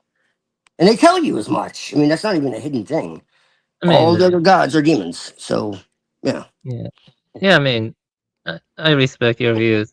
I have some areas I diverge in. You know, what I mean, so yeah, yeah, but I respect it. Yeah, I diverge in some areas, and so I respect it. You know, it's kind of like Yeah. how I can respect different views, even though I don't agree. And so what is it you want to talk about regarding that? So yeah, that's a lot to read. Well, I was just explaining it to ESP Yeah, that's cool. Yeah, yeah, I got you. So, panel. I keep close. Hold Well, on, my girlfriend is well, calling me, and she's gonna keep knocking me off panel. oh, it's okay. I get you. so Did you guys see this I guess, weirdness video? Let me show you this. Hold on. So while we're here. yeah, Wait, okay. oh, let me show you Yeah. this one. No, this one. Symbolism, and I'm going to explain it to you. What Trump is portraying is a penguin symbolizing Satan, symbolizing the Leviathan going from the water to the land, from the south to the north. Satan is leading Trump, Armilus, Messiah, son of Joseph, of the anus of the Gentile side of the Sitra Achra, the Sitra de Smola, up to the North Pole, up to Greenland and the Arctic. The penguin is obviously a southern bird, not a northern bird. It is the inversion of the poles. It is the flipping over of the Sephirotic tree and the I don't know, like an hourglass. In like, you know, like Bjorkney, I think he gets some things right. Like he gets a lot of things wrong. Like he bullshits a lot, to be honest with you. And I don't know this penguin stuff. You know, Well, it just reminds sounds me of Tim Osmond machine. Yeah. You know what I mean? Maybe that's what's behind his little like penguin. Yeah, he also thinks, you know, but you know, it's not that. He thinks Jesus was Satan, though. To you know, I don't know about that, but you know, oh, stuff like Yeah, I mean, he has some weird beliefs, but he seems to Yeah. know something about the Kabbalah, though. Yeah, yeah. I mean, yeah, I guess, yeah, but yeah. Does he know Hebrew? Actually, I never looked into that. Like, did he actually learn Hebrew, or?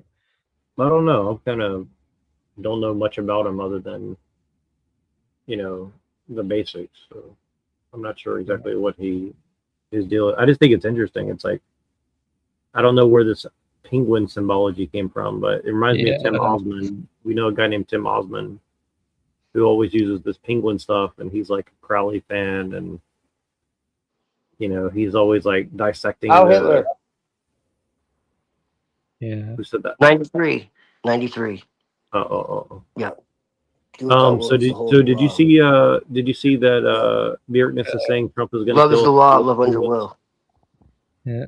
Like like about Daddy Mustache Man. Don't say his name because you're gonna get this channel banned. Well, I mean, I said it on I'm my not that channel, worried nothing about it. happened. I'm So, not that worried about I Yeah. don't think they care anymore. After they put David Icke and everybody back online, I don't think they fucking care Yeah. anymore. I just Honestly. want to ask you something, Twilight. I just want to get Yeah. yeah. Okay.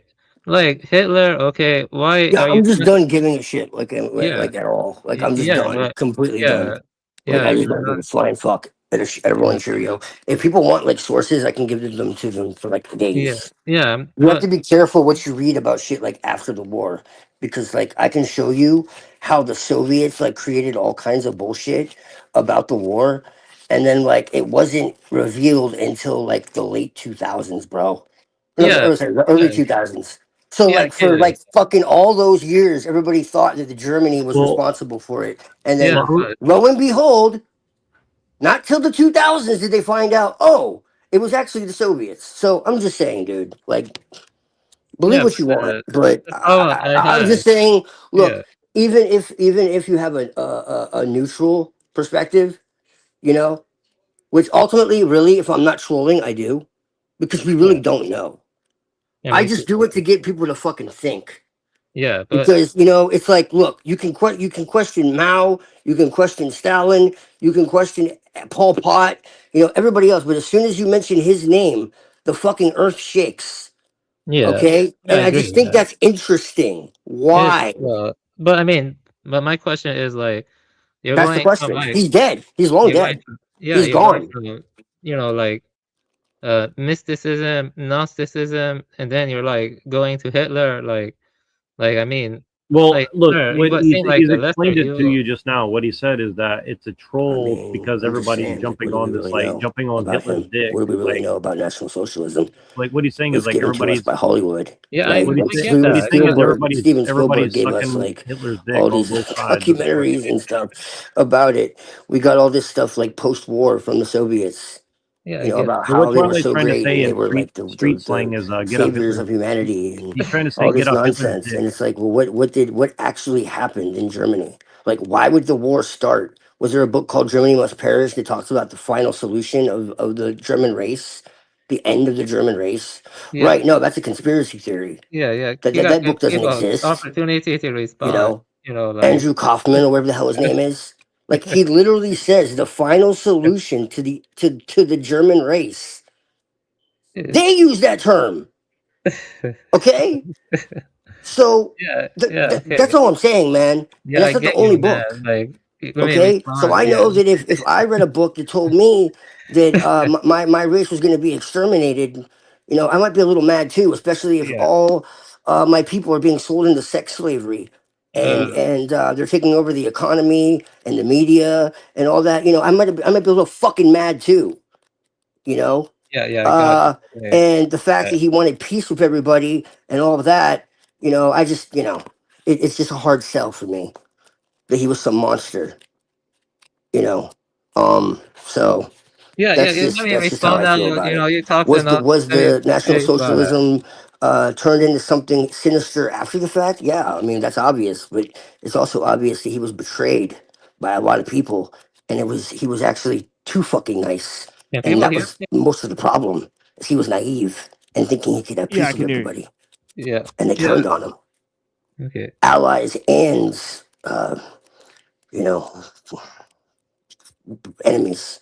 He tried to make Yeah. allies out of his Okay. enemies. That was the problem. Yeah, but you see, the thing is So, that I really don't give a fuck what anybody has to okay, say about you it. don't give a fuck. Because Okay. whatever sources they have, I got three more to say the opposite. Okay, good So for it you. really doesn't Okay. matter. You don't And give a fuck. 110 You're just also, here to like, you like guys preach really to want to me. go Okay, I there, we got could you. do a whole About fucking Hitler and stuff. presentation on this shit and show you how much bullshit is What? actually written and prove that it's written by people who No, are my like issue is agents with your of British esoteric intelligence, of Hitler and that. Soviet, Yeah, of whatever the fuck. I And don't people get just it. accept it and Like, they repeat it and they don't know where it you have comes to from. give opportunity And to it's talk to just talk. it's You know what I mean? hogwash. you can't But just keep ultimately, like I talking. said, it's not really about that. Can you Yo, hear Twilight. It's me? just about the fact that you're not allowed Yeah, to man, shut question up. it at all. Yo, let me talk. Shut up. You get beaten to Yeah, I don't death. know if he can In hear some you. countries, Yeah. even questioning it, you end up in a fucking hospital. You end up Yeah. thrown in prison. I Why? don't know. This, Why is can it you hear such a me, big deal? Neurogen? He's long gone. Yeah, but let's just It's try to over keep it with. respectful if we're gonna. There's Yeah. nothing to look like, at. Then why is it such a big deal? I want to actually hear both. I actually do That's what want I'm to hear saying. both sides of this. And I I'm don't know if not you can hear it the most. anti-Semitic whatsoever. You know, and that's I why well, I feel like I have a right to fucking say this shit. Because I well, have Twilight, friends. I have okay. friends that are Jewish. One of my best friends is Jewish. I You kind know, I have no hatred in my heart towards anybody, towards any yeah, good race. for you. So You you know, don't get my question. You and just keep talking around what you I know, asked. it's just Let me bullshit. talk I now. don't think he can hear you, buddy. It's fucking Yeah, I think bullshit, you and I can hear don't really me. care. This is what he And just people are too afraid to say what they fucking mean and mean what they say, this is and just the that's kind what of I'm doing. personality he has. You know what I Hail mean? Satan. You see, you can hear me, so I can you hear me, Twilight? Or We no? live in the world he said we would live. He can't Okay, hear you. good for you. My issue is with you We're there. giving an esoteric dimension. You know what I mean? He was just a man. He was dealing with political realities. You know, he could have been the lesser evil compared to Churchill, compared to Roosevelt, compared to Stalin. Definitely, I do think he was the lesser evil, but he was not a fucking We're saint. fucking You see there. what I mean? That's my issue. Why are you jumping from Gnosticism to Jesus to Hitler, and then you're like imbuing Hitler with this sacred majesty? I find it very suspicious, you know, because, you know, esoteric Hitlerism is the weird thing, and you're mixing it with Gnosticism. You see what I'm saying? Like, and you keep mentioning Hitler every time. Like, you know, he could have been, you know, the one who was in the closest to the right, but that doesn't mean he was like a Okay, here fucking again. saint, Wonderful. or he was like a Twilight, fucking. can you hear him or not? I don't know if we can hear each other or not. So No, you can hear me. You know, this is just his kind of game. You know what I mean? You know, he can hear yeah, me. but just chill, Avi. I mean, let's. Oh, he's Yeah, back. Yeah, I don't think he can. Yeah, here you go. He's back now. Okay, so I don't think he can hear you. So just keep it respectful, Avian. Like, let's try to actually flesh out the issues. Let's not make it like a personality thing. I mean, that's just my favor. I'm asking. Like, let's just try to keep it. Yeah. Just let him say what he had to say, because I don't think he heard what he had to say. So you're just responding to what he said without him hearing him. Yeah, it's weird. Can you hear me? I couldn't hear anything. Yeah, go ahead, Avian. Yeah, just say it again, dude. Sorry, I was kind of okay. Yeah, okay, I'll be respectful. Okay, so yeah, I agree. Hitler was the lesser evil compared to Roosevelt, compared to Stalin, compared to Churchill. You know, and it seemed like, you know, but I think my issue is more with the, you know, giving him a sacred quality. You know, he was just a politician. No. I'm not giving him a secret quality. Yeah. I'm simply saying, look at what he said and look where we are. Yeah. It's that simple. Yeah, I got And you. just entertain the possibility I that have, the people themselves, it's not about him, it's about what he sparked. Even if he was evil. Even if. I think he's saying like it's like he represents nation states, he represents nationality, he represents tribalism. That's what I think Twilight's trying to get Look what happened when he was in power in the beginning, even if he was evil. For the sake of argument, let's say he was evil, okay? Let's say he was a Rothschild, okay? Whatever. It doesn't fucking matter. Look at what he did for Germany. Yeah, I'm not. You Look don't what get the my people point. did. The people You were a don't get part my of that. point, though. We can do that again, is what I am saying. Yeah, but you don't get my point, though. I'm not saying that Hitler was a bad man. I'm saying that he was not a religious figure. You know, he's not like Jesus or Buddha. You know, it's just boldly But you're thing. missing the point. It's not about him. Yeah, It's but about what he did. Yeah, but that's I for think he's Germany's saying it's the interest. archetype. I think he's saying it's like the archetype of Yes. like a person. Yes, Jack. Yes, Jack. Yeah, but you don't Y'all get are stuck deeper in this point. idea of it being about him. It's not about him. It's about what he did. Yeah, And what we did as a result of what he did. So let's break it down to archetypes, because we're actually just talking about archetypes. Like Avian wants us to be like a Buddha archetype. You know. Yeah. You know. Yeah. Also, it's that's not about for Germany's him. interest. I don't personally, you know, I don't want Germany to fail. I don't want Germany to suffer. But Well, Germany is failing. Yeah, but it's not my responsibility. You know, it's not something that I should be burdened with. You know what I mean? Like, You see what I mean? It's Well, not if like, oh, Germany fails, yeah. everyone else is gonna fail too. So you know. Wait! You're making Germany the center of the world? 'Cause No, Germany can no, fail, no. and that could be perfectly I'm fine. saying that if someone, if no, it's the same thing with the UK. It's the same thing with Iran. It's the same thing with. He's It's saying, simple, I dude. think he's trying to say that tribalism is a better hedge against the nonsense than Yes, like yes, non-tribalism. I think that's what. yes, yes. Make America great again, for Yeah. real. Go. America's different. You know, America's problems. Because like I support ICE for this fact of like I believe in tribalism. It's not because like I Yes. necessarily believe in like quote unquote America as like a real thing or something. No, no. You know, Fuck that. like, It's imaginary. so like for me, it's just more of like, well, if we have international communism and there's no borders or anything, Yes. like to me, it's like what I don't understand about it is like Jack, all these people, you're so level-headed anymore, bro. what they're saying is like they're saying like America is magic dirt that if everyone in the world just comes here, suddenly everything's okay, and I just think that's bizarre. It's like What I'm saying is the issue is that I don't think Europe is the center of the world. You know, Europe has its own destiny. It should be its own thing, but I don't want to be pulled into Europe's narrative or the West is, you know, fucking a world history well, narrative. obviously I all think of Europe Asia and has been a Europe are. proxy war for I think 2,000 Asia years. and Europe are.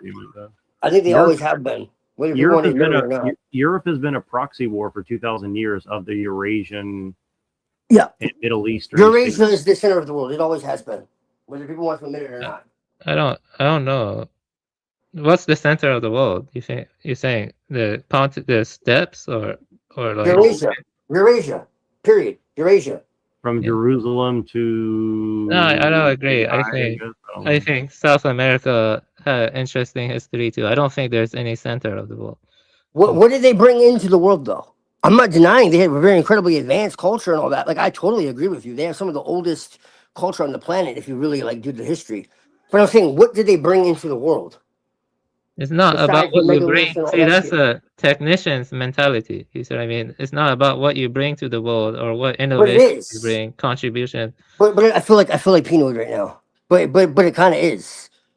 No, Like I I don't. agree with you, like the Sumerians and like Gobekli Tepe and like Nan Madol and all that. Yeah. But like practically speaking, to like into civilization, into the world, like what did they actually bring?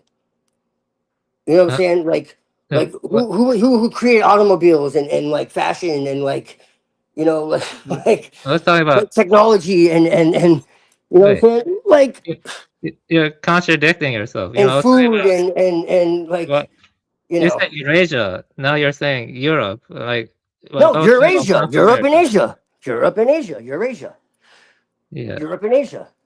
That's not a contradiction. Eurasia, yeah, Europe but and Asia. Samaria is in Eurasia. The Samaria. Yeah, and you were just saying they didn't really give much contribution. So I'm kind of confused. Like Sumerians' contributions were huge. So I'm but it's not really about contributions to me. I'm like, It is can you when hear you're me? talking about the center of the world. I don't think there is a center. You know, I I'm don't talking think that. about when it comes to like where we are today, man. I'm not saying Yeah, there weren't contributions in other ways. That's a separate topic. We can have yeah, different rankings for different topics. I'm saying yeah, when it comes to where we are right now, yeah. what affects us today. hmm You know what I'm saying? Yeah, I agree with that. That's Yeah, I that, mean, that's what I'm saying. That's what I'm saying. I'm not saying that they didn't have any contributions at any time. No. That's not what I mean. I'm saying today, as it stands, as we are living right now. You know what I'm saying? That's what I'm saying, bro. yeah, but it's negative. Though. It's ultimately negative. You know, because What do you mean? industrialization was a net negative and stuff. If you can't, It's unsustainable. It leads to it oh no, didn't have to be. What no, I happened? mean, He's cutting out. It got fatty as fuck. It became a negative. It didn't have to be. no, it has to do with the nature of technique and fossil fuels. Yes. Yeah, Yes, fossil but fuels. But technique I don't what agree. fossil fuels are. Yeah. But And again, also, in balance, it's not imbalanced and stuff. It's not possible to have an industrial scale network with supply chains and with constantly Yeah, moving but again, time. Avian, but nobody's Real denying that. quick, But also, I think Twilight's audio is like getting fucked up. yeah, Like, he'll have to he'll come back in, hopefully, because I don't think he can hear us, or at least we can't hear you. But Hold on. what, you're back? Okay, say it again now. I think you're back now. Your audio went out for a minute there.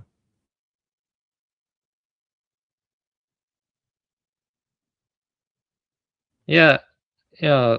He's back. Hold on. This is It's not weird. me, man, because it's staticky as fuck. Huh? Okay, wait, maybe now it's better. No, it's getting really staticky. I don't know. Yeah, I can hear you now. We can hear you now. Okay, why am I? Well, what I was saying is, like, even if it's true what Avian's saying, like, obviously, if you just take away fossil fuel tomorrow, like, the balance, quote unquote, is going to be like 6 billion people dead overnight. So, I mean, maybe not, but probably. I mean, I would say. Well, I say I like Penti Locola because I know what you mean. Yeah. Also, the whole nature of the supply chains and eating foods exported from like South America, where they have to cut out acres of primeval forests to make their Well, plantations. Giorgiani said he's willing to sacrifice like, 99% of people to get back into why you balance. Would you agree with? keep Hold on. interrupting me? You never interrupt Twilight, but you keep interrupting me. Like Well, I because don't you've been talking for a while. I just want to get my point across really quickly. So, Okay. Giorgiani said that he's willing to sacrifice 99% of people. Would you say that you would agree with Giorgiani to get back to balance with nature? Giorgiani says that. I don't think he says that. Are you sure? Like, where? Like, he's always saying itchy, crazy things. Machine heard it with me. We watched it together. Yeah, well, he's a Satanist kind of guy, and he's kind of transgressive, and he's a Zionist and stuff like that. Now, Yeah, I'm but more what I'm into- asking you is, would you sacrifice 99% of people tomorrow to get back into balance with nature? Well, you see, let me think. You see, my highest, you see, I just want to know the truth. Like, I want to analyze it and look at the truth and stuff, like the causes and conditions that led to the mess that we're in right now. And so I don't think I would.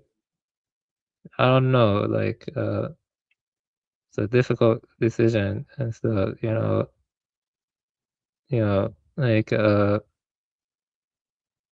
like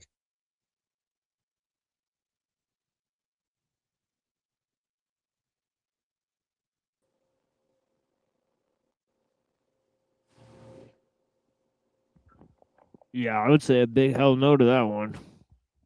Yeah, but the thing is, Let's destroy all humans. I think we should. We can come back as animals. I think that's a good idea. Actually, I don't think it will kill 99% of people. I mean, that's what you said. Like, you think that humanity has lost their chance of evolution, and so like something else should replace them. And honestly, I can't say I completely disagree. I mean, I don't know. That was my view in the past, but now I would say that they should neither be destroyed nor not destroyed. Yeah, And then you told me that like the transhumanists and all that definitely like wouldn't believe that, and it's like they absolutely do, like that's Yeah. exactly what they want. No, They want no. to return. They want to save nature. They claim, but they really don't. They don't. Yeah. They want to like eliminate people and like just have like robots and shit, and like a few other people to like worship them and serve them. And Yeah. that's kind of it. They think humanity is like a virus essentially, and they should be wiped Well- away. And it's like anti-cosmic essentially. Well, no, I keep saying this. Read Penti Locola. Okay. Yeah. I know. I've looked into it. Yeah. I mean, I understand what you're saying. Believe it or not, Buddha, I really do. I've Yeah. been there before, where it's like, Yeah, why don't we just wait. like reset this shit? There's a What? song called by Tool, called Anima. It talks about this. Yeah. Well, Mother's gonna come and wash it all away. Mama's gonna fix it all soon. Mama's gonna come and bring it back to the way it ought to been. I don't know if you know that song. Yeah, well, I Some wanted to say people this. coming down from the sky, followed by meteors, showers, and tidal waves, followed by fault lines that cannot stand still, followed by millions of Yeah, but dumbfounded ultimately, dishes. you know, I'm a No, but I get it, man. yeah, but no, I've changed my views. I'm a Buddhist. I follow the precepts. Well, I I mean, follow that's what the I was trying to faithful. figure out how you could believe that if you're a Buddhist. But I You know, mean, what it sounds let me very tell you satanic to me. my solution to the trolley problem is not to get involved. That's my solution to the trolley problem. You know, non-interference. You know, Well, I mean, it will solve I itself. You know what I mean? It will solve well, see, itself. that's what I'm saying, man. Is like you got to give people a chance. I mean, I know that we've fucked up pretty bad. You know, I No, definitely no, agree with you it's not there. about giving people a chance, but it's also not about judging people too harshly. The thing is, mankind has Well, that's failed. what I It will mean. consume itself. That's what I So mean by giving them a that's not chance, really not about. judging them. Like it's not really our place. I do understand what you mean, though, more than you think. Believe it or not. But it's just to me, you know, this is why I can't vibe with Hyperborean is because the rejection of nature to me is just absurd.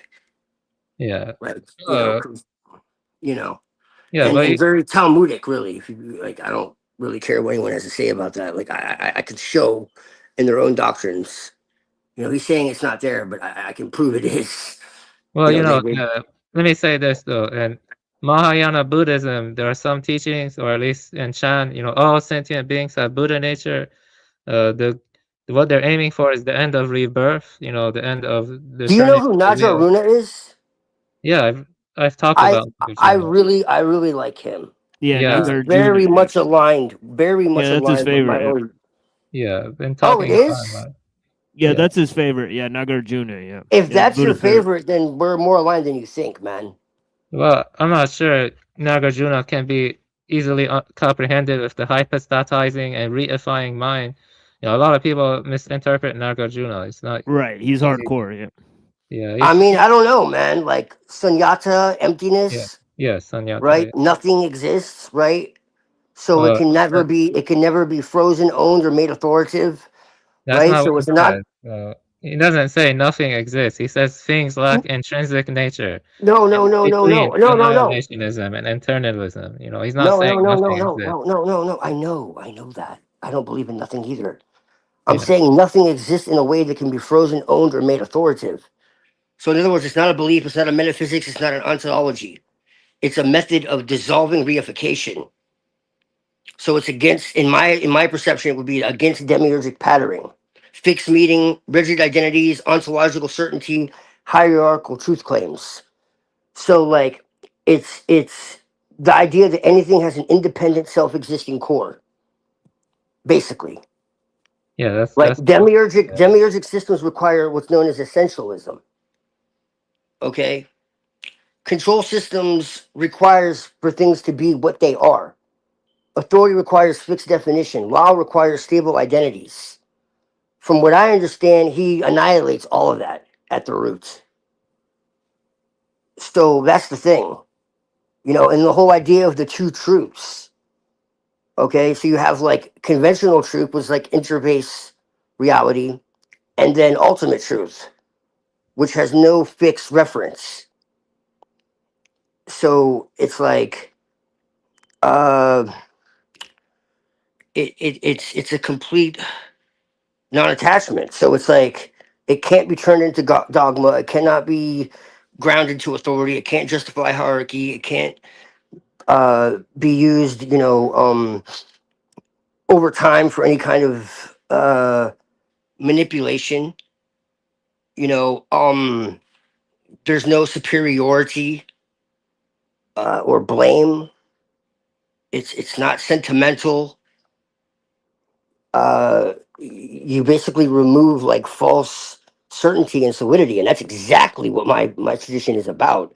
It's not about learning something new. It's about destroying what is keeping you from seeing what's already there.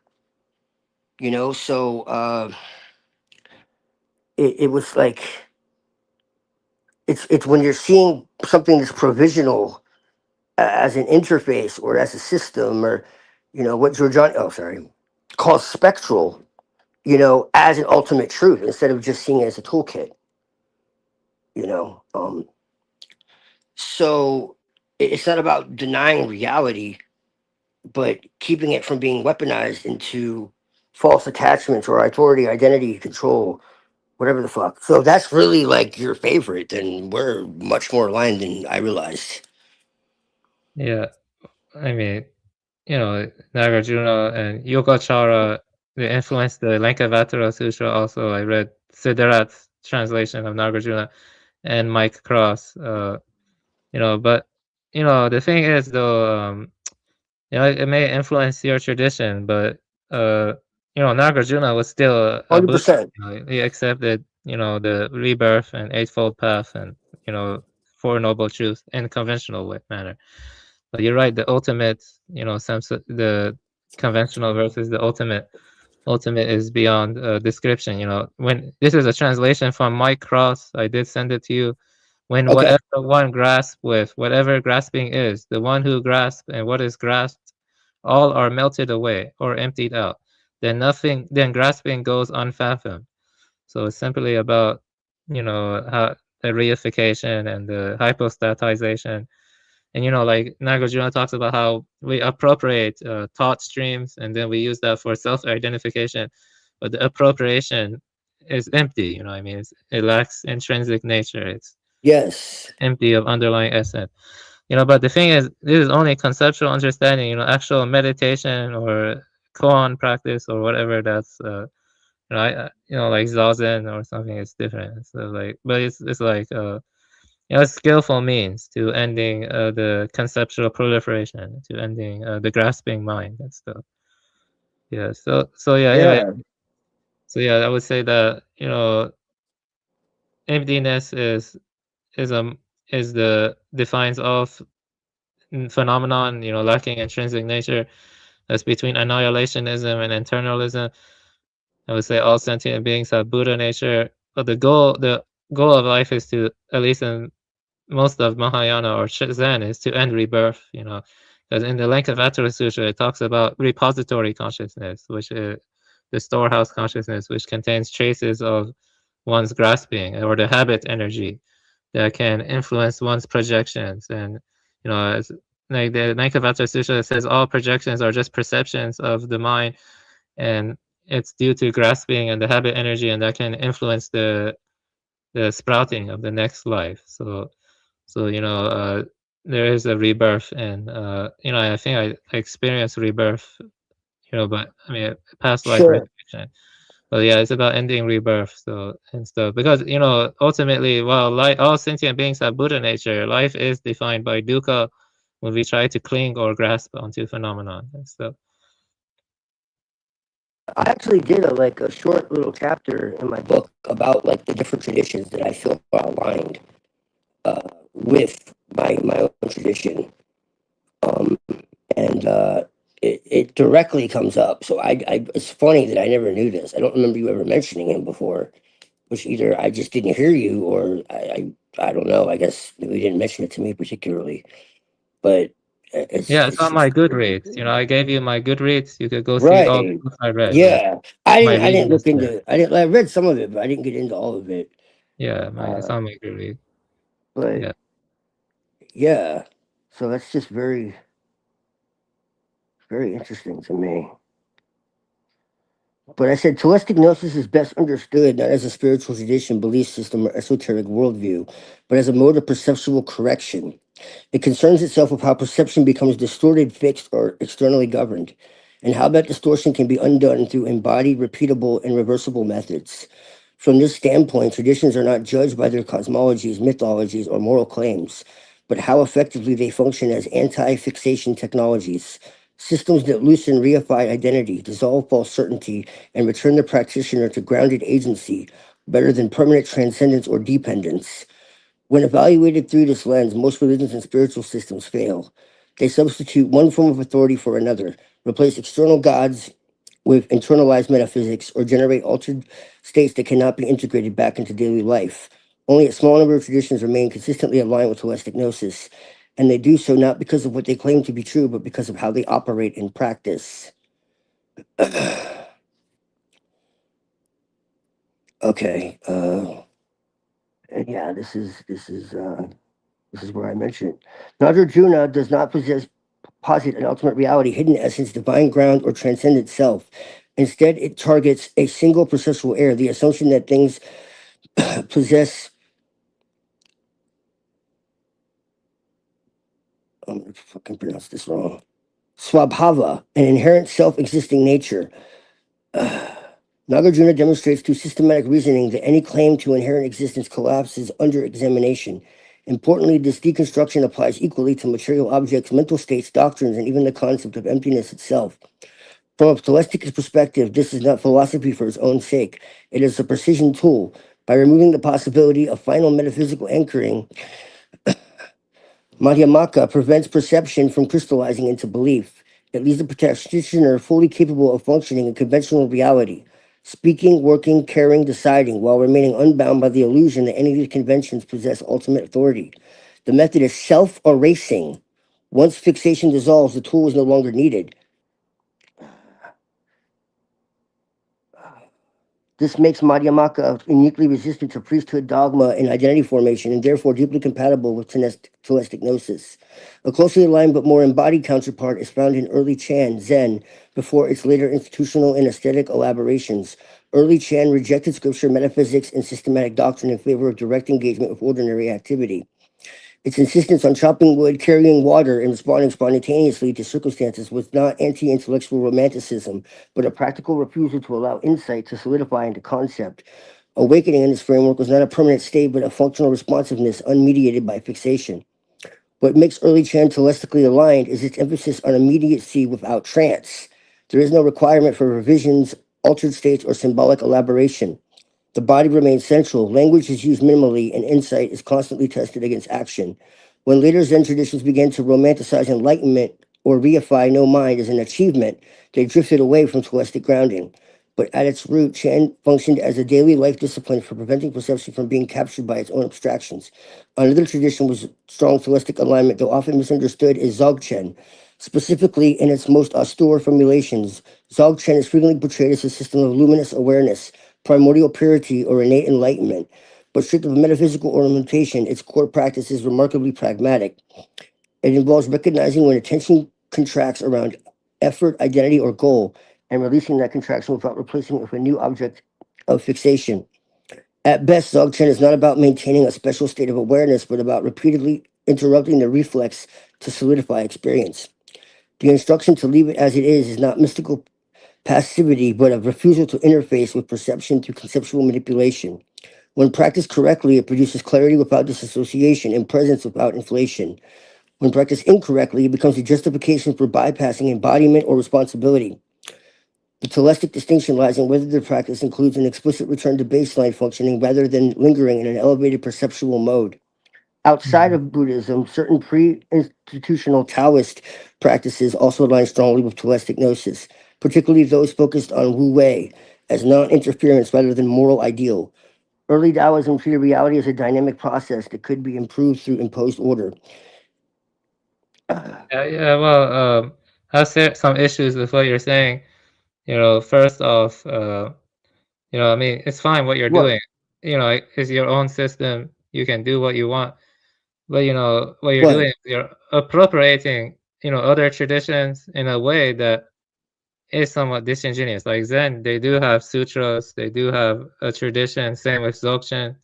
Taoism is a bit more difficult because I haven't studied Taoism. Taoism a lot. Taoism is everything. It's astrology. It's magic. It's man. like I know that. I've read Tao Te Ching. I read Shang Tzu. But I'm saying the actual traditions. There are many different schools of Taoism. Yes. They do internal alchemy and Yes. other stuff. But the point is that Dzogchen, I have a friend into it. He says it's important to have a guru or a teacher, and they work with them and stuff. But I'm not really into Dzogchen. But I was more into the Soto school and the Rensai school, and they have like sutras, they have practices, and they have a lineage of patriarchs, stuff like that. Well, I don't have access to that, man, or I would if I had access to it. Yeah, I mean, you can Google Soto's or Rensai Zen schools near me, and I'm pretty sure you can find maybe one or something. Like, have you tried that? Like, within your Yeah, but how like authentic are they You have in to look America, into man? the teacher and the lineage. Like mine was authentic in the sense that the teacher who gave them Dharma transmission, he did come from authentic school in Japan and stuff. Yeah, I You would gotta look need into the somebody who teacher. was authentically from Asia. Like I'm not gonna No, trust no, some the Westerner. transmission. You see, you know, you get Dharma transmission. Like their students practice under them, and then they get Dharma mind to mind transmission, and then they can like teach it in the lineage. Because the lineage move on. Like there have been like Westerners who have gotten Dharma transmission from teachers from the East. You see what I'm saying?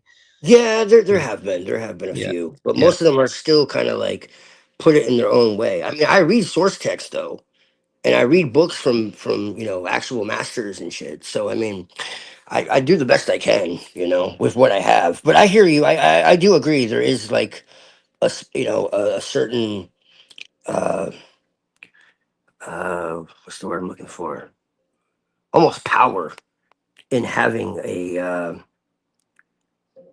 an actual lineage, an actual teacher. I do understand that. Um, there's a relationship there where like even having a teacher itself is a part of the practice. I get what you mean. I do. Even Yeah, though I've always been anti-initiation, when it comes to that, like it's a little different than like an occult, like mystery school or something. you're anti-initiation. Can you clarify what that you mean by that? I Well, think I mean, like magically speaking.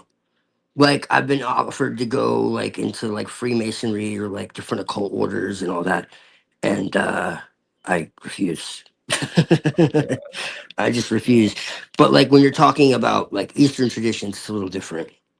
No, I mean when you initiate and take up your vows, I do think it's pretty important. Yeah, but most Right. people do that. So, yeah. Yeah. Yes, yeah. Yeah. Yeah. I've always been self-taught with everything. But I mean, if I had the opportunity, like I studied Tai Chi when I was younger because there was an actual master. Oh, wow. Yeah, yeah. So that's the one thing that I did experience that was authentic, and I love that.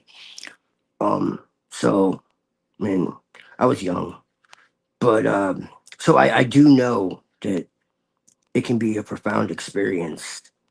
Um, but yeah, like I just make do with what I have, man.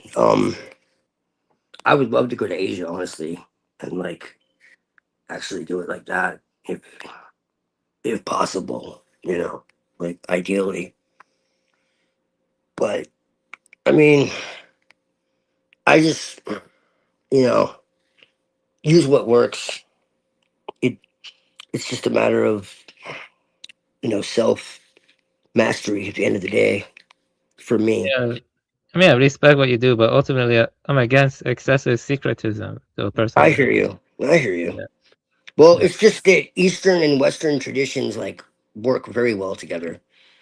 If mhm, you look into Ben Bell Wen, she's a Taoist from China, and she incorporates like Western magical tradition and Taoism, and she gets into like why they belong together and all yeah, that. And yeah, she's absolutely fucking brilliant. She gets into yeah, like tarot and like Crowley and like all that, but she also knows like Taoism like inside and out. She's written a few books as well. She wrote I Ching, the Oracle. It's like 900 pages, or the I Ching, yeah. I and she's see. wrote books on like food, talismans and stuff. Yeah, she's brilliant. Yeah, You should but check her out, honestly. Like Ben Bell Wen. Yeah, and she gets into this, and she actually teaches as well. I actually thought about becoming a student of hers. It's just electronic, but I mean, technically, I didn't have the money before, but actually now that you mention this, now that I think about it, because she really knows her stuff, and like her she like gives people a book and like you're supposed to like fill it out, and that's like part of the teaching, and it's like it's intense work. She's like, look, if you're gonna learn, like you need to learn. She brings together like all all these different diverse, uh, traditions, and she gets crap for it. But I agree with her that Eastern and Western traditions shouldn't be divided. I personally, Yeah. because Yeah, because they work so okay. well together. That's why, and that's kind of what Crowley did and Yeah. Blavatsky did, and that's why people hate them. But Yeah, I hate them too. Yeah. I know, Yeah. and that's okay, and that's okay. But Yeah. Well, you see, I don't like the Western magical traditions. You know, I it's know. globalist, and I don't like how. I think they are just as much to blame as the Edomites.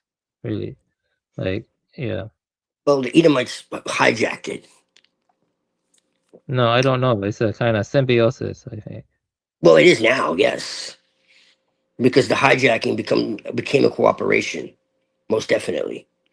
Once the 1800s rolled around, like yeah, it was a cooperation, but in the beginning, it wasn't. I think every group civilizational sphere should stay in its own and stuff, and be respectful of boundaries. Well, they don't understand boundaries. I mean, the demiurge is literally called a boundary crosser. The archons are boundary crossers. Like that's one of their titles.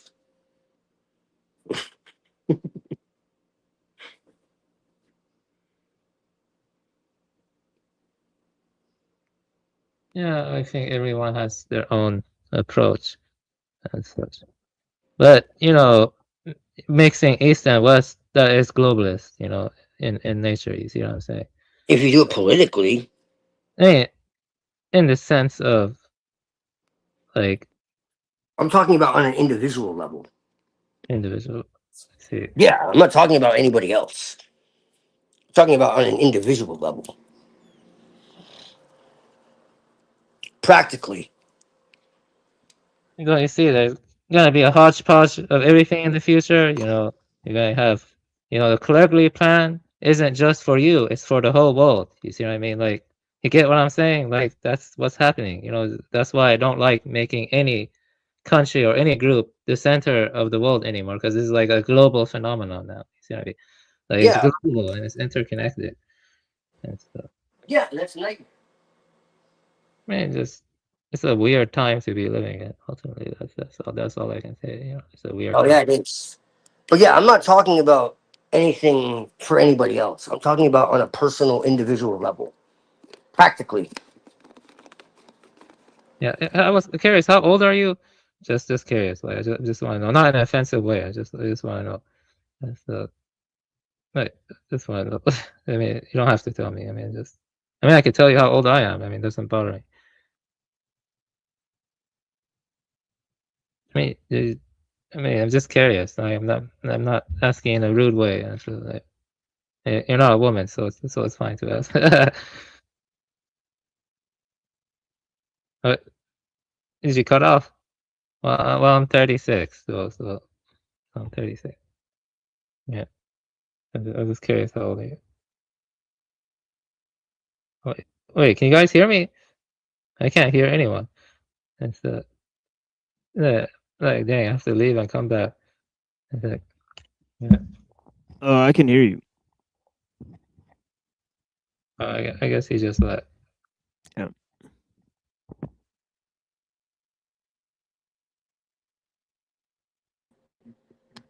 But can you hear me?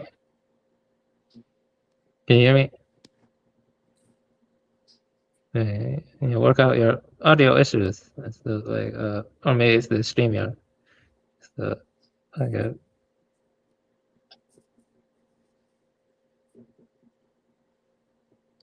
Yeah, I can't believe I'm up so late.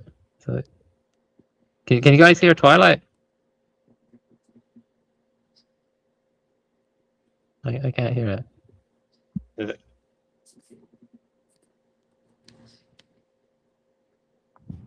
Yeah, I can't hear him.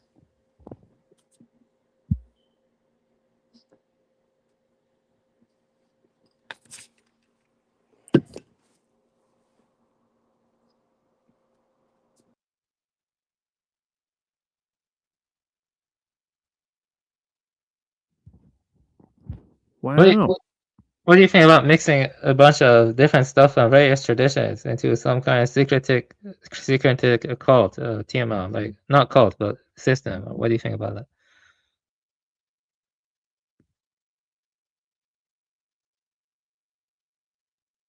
Wait, can you hear me? Yeah, I mean it's interesting.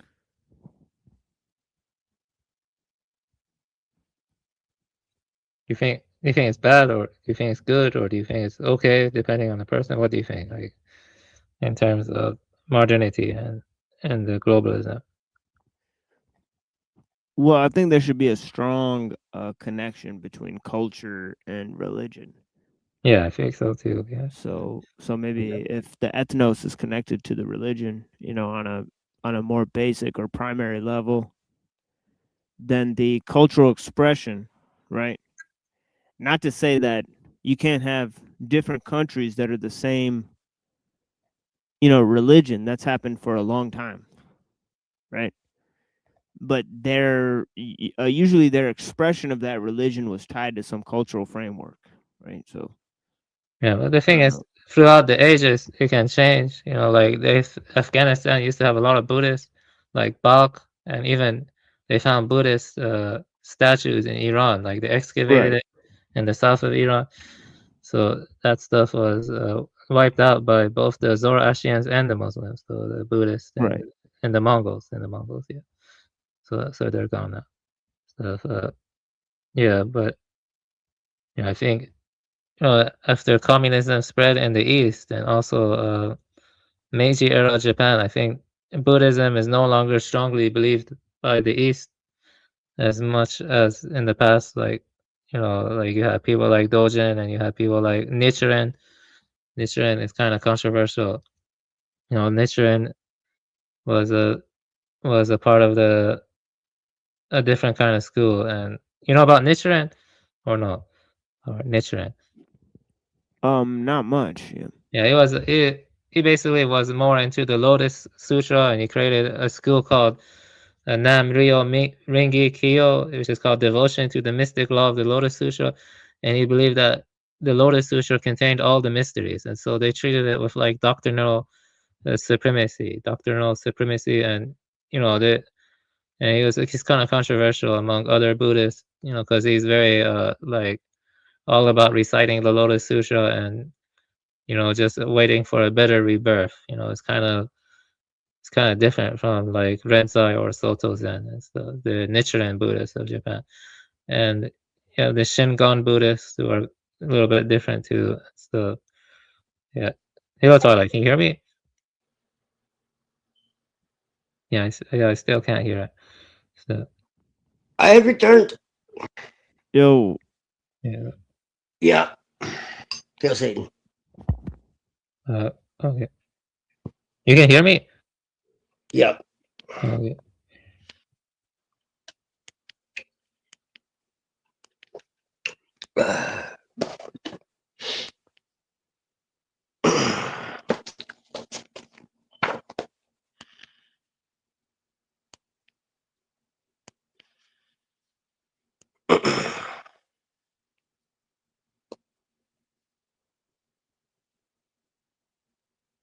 Yeah, you also have like Pure Land Buddhists in China who say Namo Abhidharma Buddha. Those guys are more about being reborn into a Pure Land and stuff. Those guys, they're pretty big in China. And you have Nichiren, like I told you, in Japan. But yeah, different schools. And the main schools in China were Tiante and Hoyan, which are like the schools that help develop stuff like ideas like interpenetration or endless net. In India, you had Yogacara, you had Madhyamaka, you had different schools. I think even Dharma Kirti was one. He didn't really get that popular. I think he grew in Tibet. And so like Indian philosophy and the developments of it and Chinese philosophical developments, they can be pretty vast in the Buddhist history. And so in Central Asia, the biggest form of Buddhism was Sarvastivada, which went extinct and stuff in Afghanistan and stuff. Those guys thought dharmas exist in past, present, and future as an element of being internal. The dharmas, the Sarvastivada. But the Madhyamakas argue dharmas are provisional, and they lack intrinsic nature. You know, like we were talking about. So they don't have an element of being internal, and do not. And in Madhyamaka, Nagarjuna, Nagarjuna's school was called Madhyamaka. You know, Mahayana was a mix of like Madhyamaka and Yogacara. Yogacara is like mind only school of Buddhism. That's the that's the you can get lost in Indian philosophy, and I know a lot about it. I took a class and I read some books and stuff. You know, you had Indian materialists. They were like called Travakans. I forgot what they called it. They were kind of weird. They were very atheistic. Yeah, sure. Yeah. I know what you're talking about. Yeah. Yeah, Charvaka. No, Indian. I forgot what they were called. Yeah, I see here. How you spell it? Yeah, what the fuck were they? Oh yeah, Charvaka. Yeah, Charvaka. They were a materialist. Yeah, and then you had, you know, like different schools of vendetta. Like, you know, we were talking about that, like Advaita, or like, you know, the Devata, which is dualistic. Devata is dualistic, and you had Advaita, Visha. I can't pronounce that. Vishta Data or something. How can you pronounce that? Yeah, Vishta Devata. Vishta Devata. Yeah, that one is more qualified non-dualism. Yeah, qualified non-dualism. The East has its own philosophical legacy and stuff. You know, you can get lost in it and stuff. Yeah. I think the idea of repository consciousness is probably one of the most interesting ideas. Yeah. I think it has a lot of truth to it. Yeah. Yeah. I mean, memory is not in the brain. It's not in the brain structure. You know, it's in its own field. The interfaces with the brain. That's the kind of, and you know, the brain. Now maybe, you know, it's kind of, that's why, you know, the idea, you know, like the analytic idealism of Bernardo Kastrop, he talks about dissociated boundaries in the field of universal consciousness, the mind at large, he calls it. But if there is like a field that prior to the projection of mind that is not extended, you know, that also, you have to also explain how where the memory is located prior to its emergence. You know what I mean? Like approximately speaking, so I think something like repository consciousness. Even Henry Bergson argued for an inverted memory code and stuff. He argued for an inverted memory code. So yeah, I don't think memory is like inside the brain. It's like stored in the brain. It has to be in like a, you know, field that is interface with it. It's the interface, something like that. You there, Twilight? Yep. Oh, I see. Sorry, just multitasking. Yeah. Yeah, so yeah, I don't know what to talk about now, but you know, I want to talk about that. You know, there are a lot of problems now. You can look at different ways: degeneration of tradition, loss of ethnos, loss of huh? What ethnos? It's degeneration. It doesn't exist anymore. Yeah. We lost our rites of passage. We lost. I mean, yeah, we lost that's everything. my view. Yeah, loss of biodiversity. You know, when species are driven to extinction, it's irreversible. When species are driven to extinction, it's irreversible. Yeah, I mean they've, you know, 40% family.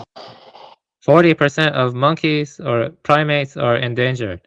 You believe that 40% of Yeah. primate species they're endangered? Yeah. We've done horrible things to monkeys. Don't even get me started with what the CIA has done. Like, a lot of people don't realize that. There are a lot of really terrible experiments. You know, Who cares? They're just stupid monkeys, like, you know. But that's fucked, man. Yeah, I mean, I did talk about this stuff a lot though before. It gets kind of repetitious. Sorry, but like, I did talk about also the I mean, I don't know. dolphins. If Yeah. people aren't listening, it's not repetitious because they don't get it yet. Yeah. You know.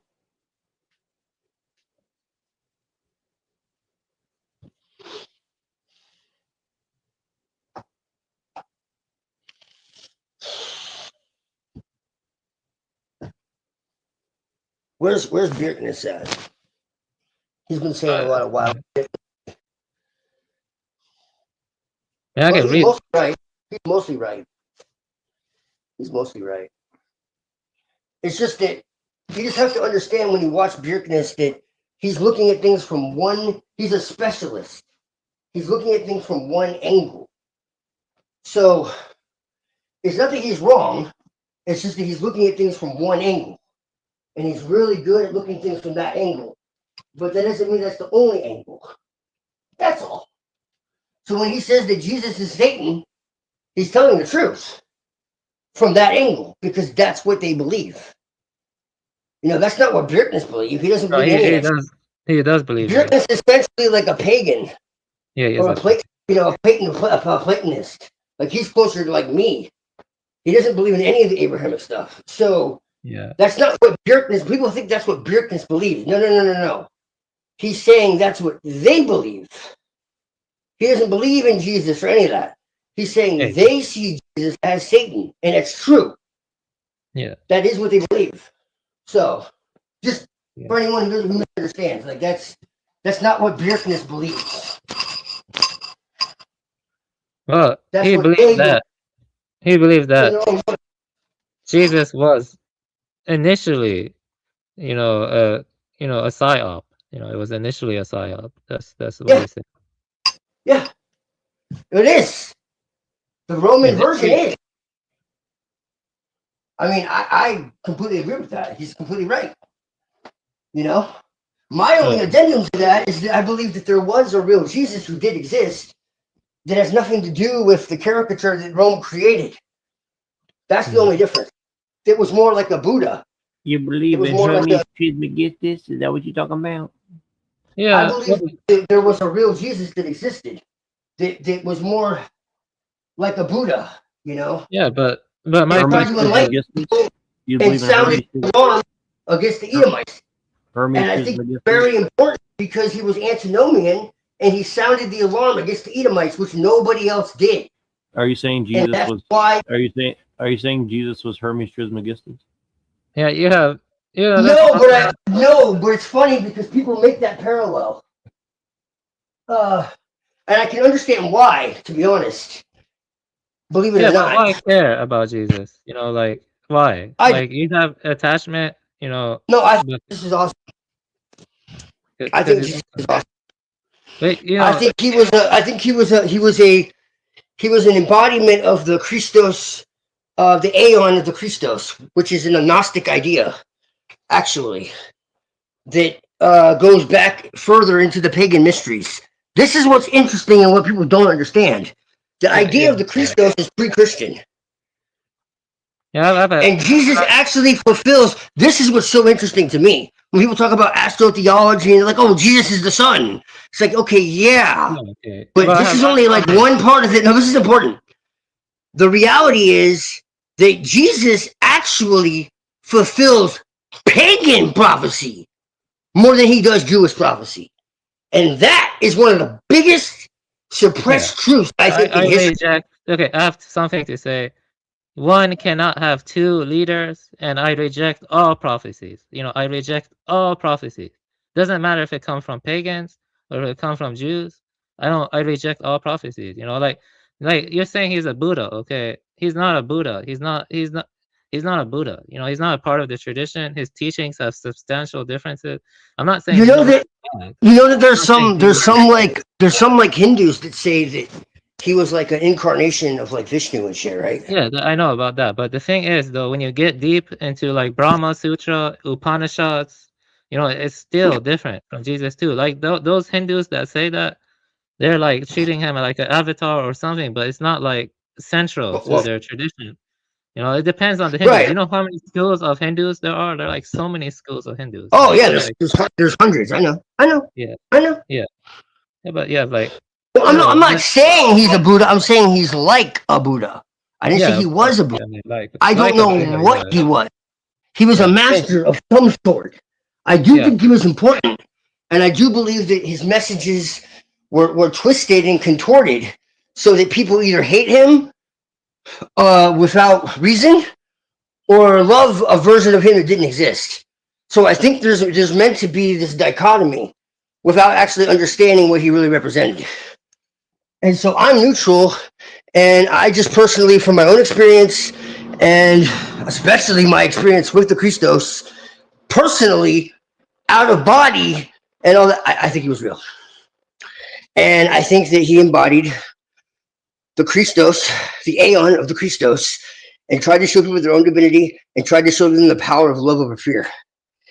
I think it's really that simple. Yeah, and that's what the allegory is about. Like it was dying on the cross, all that.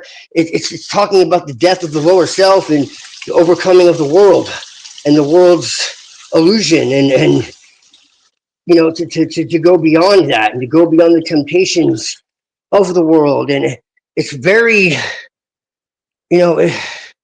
it's very much about emptying the self, and there's profound implications. But this is not based on something I read. This is based in my own experience with what I can only call the Christos, that has zero to do with the religion of Christianity or Judaism. This is outside of that completely. And it goes back to what I talk about with, like the books of you and like the apostle, like the Acts of read the book, The Acts of John.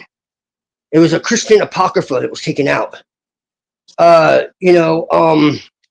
There's texts where Jesus is talking about Mother Earth, and all this type of thing, and like parasites and how they can infect the body, and then by infecting the body they infect the mind, and there's so much stuff that's been covered up that is like completely alien to the Romanized version of Christianity that, as far as I'm concerned, came afterwards. Because there were Christians in Britain and Ireland particularly, and Syria way before Rome. So what I'm saying is it's a great conspiracy, and that the Jesus that is preached by Rome is almost antithetical to the real Jesus that actually existed. So the Jesus of Paul essentially is a subversion of the actual Jesus who lived. And I believe that he was an embodiment of the Christos archetype. And that he was a man, but he became divinized. He became divinized. He became enlightened. And he tried to show the way. Yeah, but I have a question. That is a primordial way that all messengers and all, to put it in Islamic nomenclature, he was a messenger of Allah. And in Muhammad's view of Allah, like honestly, it's not Abrahamic from what we've discussed. So his interpretation of Allah is more in line with my interpretation of the originator than it is the Abrahamic God. Because we talked about this at length, and he even says that he thinks that the God of Judaism is the demiurge. So yeah. Yeah, can I respond? But what's interesting, but what I'm saying is the Quran talks about how there are many messengers that are unknown. You know what I'm saying? Like, so yeah, I got you. I know. So that. this is the thing. Yeah, let me respond. Okay, so and Hindus talk about how everyone is Hindu, they just don't know it, and they accept all religions. So I actually respect Hinduism because they say that everyone is Hindu, they just don't know it. It's like Baha'i or something, but Sanatana Dharma. And Buddhism came out of, Sanatana Dharma. No. You see, What was the response? Because it became corrupted. You just why you say you're a Gnostic, but not a Gnostic Christian? Because it sounds like you're a Gnostic Christian. You know what I mean? Like that's because like because I'm a pagan. How can I be a Gnostic Christian? Just because I accept that Christ is a principle of reality, it doesn't mean I'm a Gnostic Christian. Because Christianity is based in Yes. Well, how could I? Well, I can tell you this: no Christian will tell me I'm a Christian. That's for sure. If I work with Lilith and what you're saying sounds like Lucifer and it sounds like Valentinian. Have you read the Valentinians? You know yeah. I reject them. Yeah. But don't they believe in Sophia and like a non-duality and Christ and stuff? No, they don't believe in non-duality. That's why I reject them. Because they believe in a duality. They believe in a struggle between spirit and matter. Yeah, I guess so. I'm not Christian because I don't believe that Jesus is the only way to God. I don't believe that he died for my sins and all of this. I don't believe. I reject all that. I don't believe in the salvationist redeemer, like John Lamb Lashley's out. Okay, yeah, they're qualified. Yeah, you're right about the Valentine. But the older traditions, like before being introduced to Christianity, like Vendetta or the Buddhist or the Dharma or whatever, they don't really like care about Jesus. Like he's not a part of the tradition. Like I don't see Jesus in Buddhist literature and stuff like that I've read. Right. No, yeah. I know. Well, there's some Hindus that accept Muhammad. Yeah, well, yeah, that's true. Yeah. So what I'm saying is, I'm not saying this is a fact. I'm just saying that there's a diversity within everything. Well, yeah, but let me think. Like, what do you think about the Nestorians? So I'm just curious. The Nestorians, because I've heard about them, but I don't know a whole lot. I'll tell you who I do think is interesting is the Mandeans. Yeah, they reject Christ, though. The Mandeans reject Jesus. They don't reject him. They say that he wasn't the actual teacher, that it was John the Baptist. Yes, that's right. Yes. Yeah. Yeah. They reject him for John the Baptist. Yeah. Yeah. That's right. Yeah. And the Nestorians had heavy presence in ancient China. Nestorians, and they also had heavy presence in Iran. Okay. Yeah, and I think maybe the Goran was. There's a theory that initially it was a Syro-Aramaic Nestorian text that was, later they made some, like Virgins in Heaven translates to grapes on a vine in Aramaic. Did you know that? That makes more thematic sense in that. That does make sense. Yeah. Yeah. Yeah. It's like you can read. It's like Christian Luxembourg. He talks about that, and I haven't looked into it that thoroughly, but well, divine, divine, literally divine. What is divine? It talks about how the divine is holy. So it sounds like wordplay, but it's not. Like there's actually something there. And the grapes were considered holy. The grapes are used to make the wine and all of this. And it goes back to Dionysus and yeah. Yeah, I see it. Well,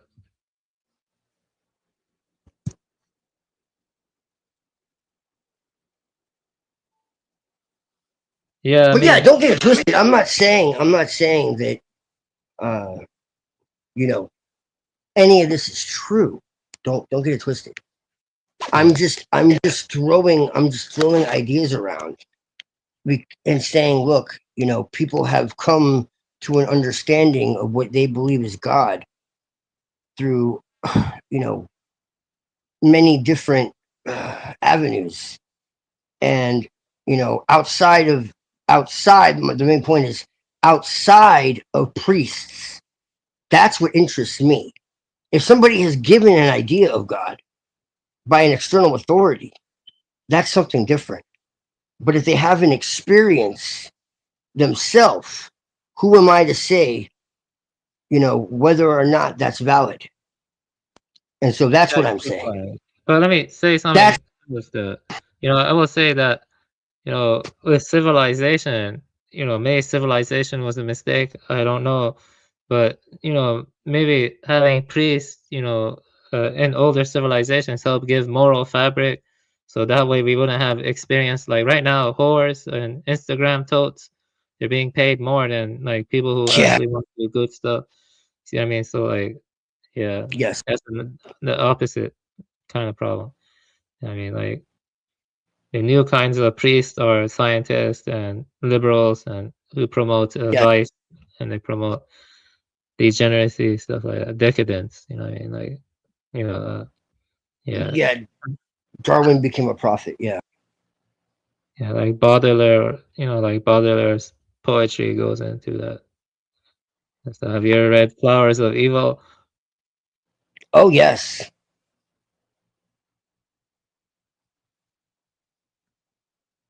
Did you say that's close to Lilith? Lilith.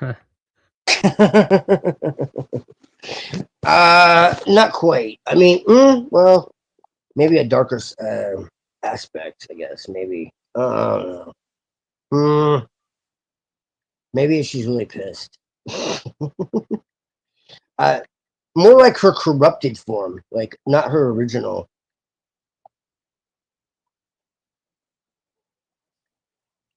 Because I mean, she was, turned into like this, seductress, succubus, vampire.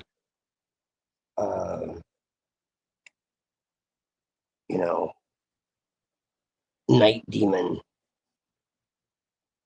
But that's really not what. Yeah, I have a question for you, Twilight. But yeah, I guess in a way, yeah, I guess in a way, because like eroticism is like seen as cognition, so it's like it's about revelation.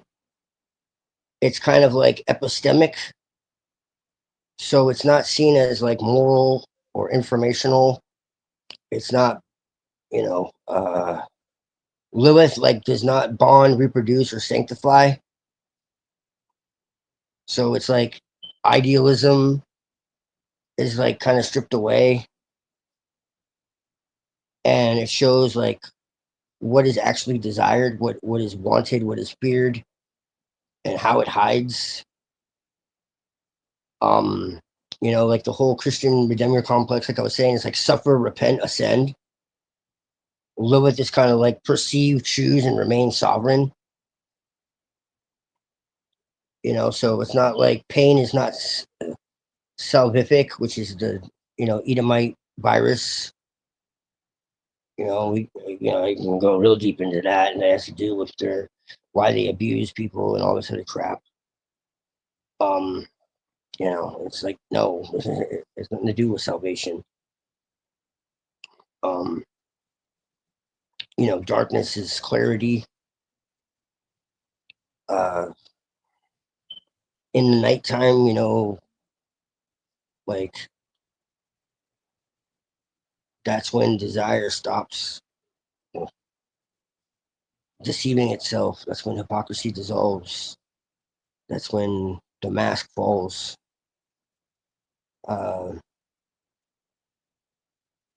In Baudelaire, like women provoke, they mirror, they expose, they annihilate the ego. So it's very like initiatory. So actually, I take it back. Actually, yes.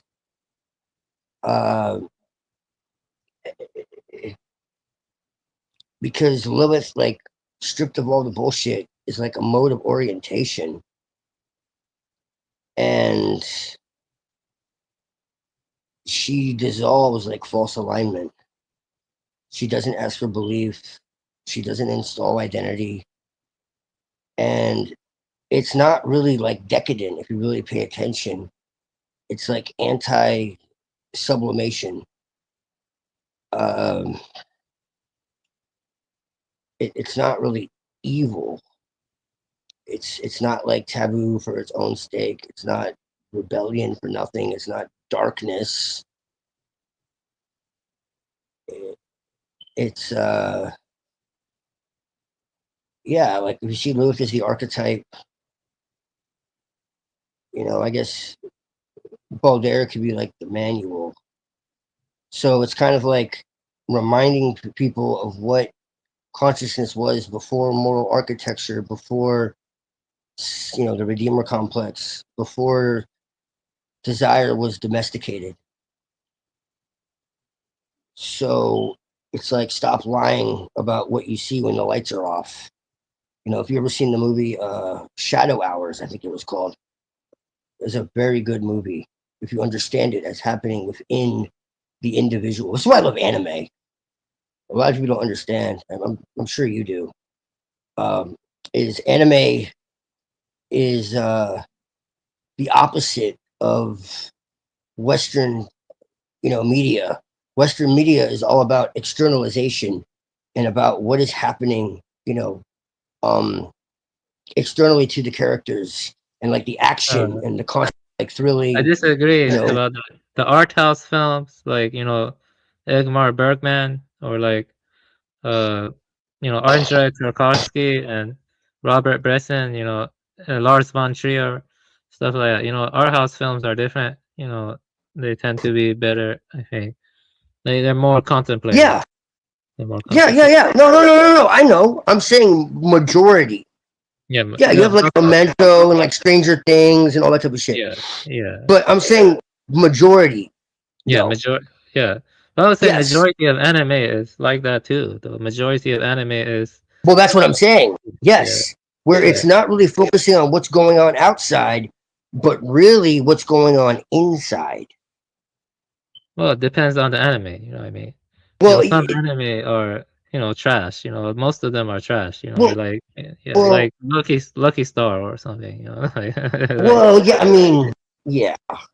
Yeah. But I think that anime does it better than almost any other medium because it can function in a way that almost no other media can, where it can operate on multiple axes, like it, and it can like with most other media, it's all about like making everything look as believable or like I know what you mean. It can like be more everything is like well it can it allows people to be like broken. It allows things to go wrong. It allows embarrassment. It allows humiliation. It allows like the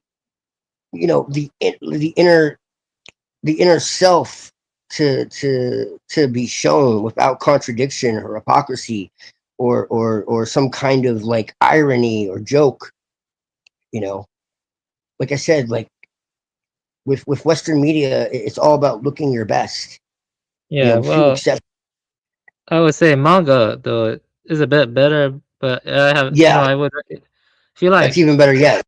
Yeah, I think you would like Daisuke Igarashi, the guy who made Children of the Sea, Umwelt, and Spirits in the Sky or something. He made a lot of stuff. I shared a little bit of it. It's very shamanistic. It's very shamanistic. What? You said Higurashi, and that immediately got my attention. Not Higurashi. Daisuke Igarashi. I'll put his name on the chat. Favorite. No, it's not. I'm not talking about Higurashi. I'm talking about this mangaka artist, Daisuke Igarashi. All right, cool. Yeah, I'll definitely check that out. It's very shamanistic. Okay. Yeah. I read about it. He also has females and he actually does portray goddesses a lot too and stuff in some of his stories. And witches. Witches is probably one you would like a lot. Witches is about, witches being shamans and communing with the spirits of the earth, and they have a great wisdom, and they can like the kami everywhere, and it's very psychedelic too. Right. Witches by him is good. Children of the Sea is good.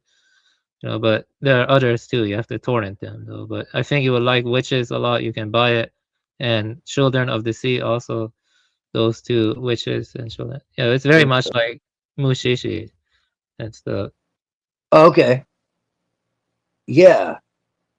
Yeah, I put it there for you. Yeah, I do like the more. I used to be more drawn to animism. Like I don't know, a few years ago. I don't know as much as now, but because I do care about the preserving the biodiversity, helping nature.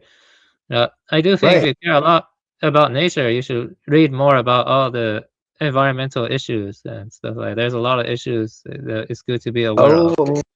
Oh, I know. Yeah, for that, I recommend Pentti Lukola as an intro to that. Pentti Lukola. Yeah, his book "Can Life Prevail" is very good and stuff. He was a Finnish guy. He was Finnish, and yeah. Let's see. Okay, I found it. Okay, check that out. Mystery, Sin, and Supernatural. Okay, cool.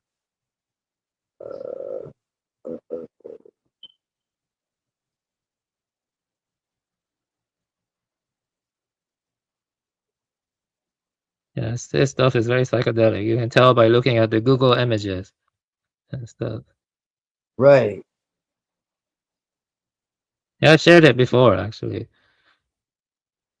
Okay, I added it to my list.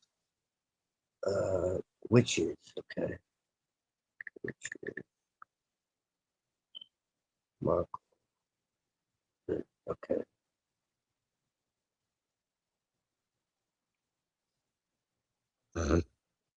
Sweet.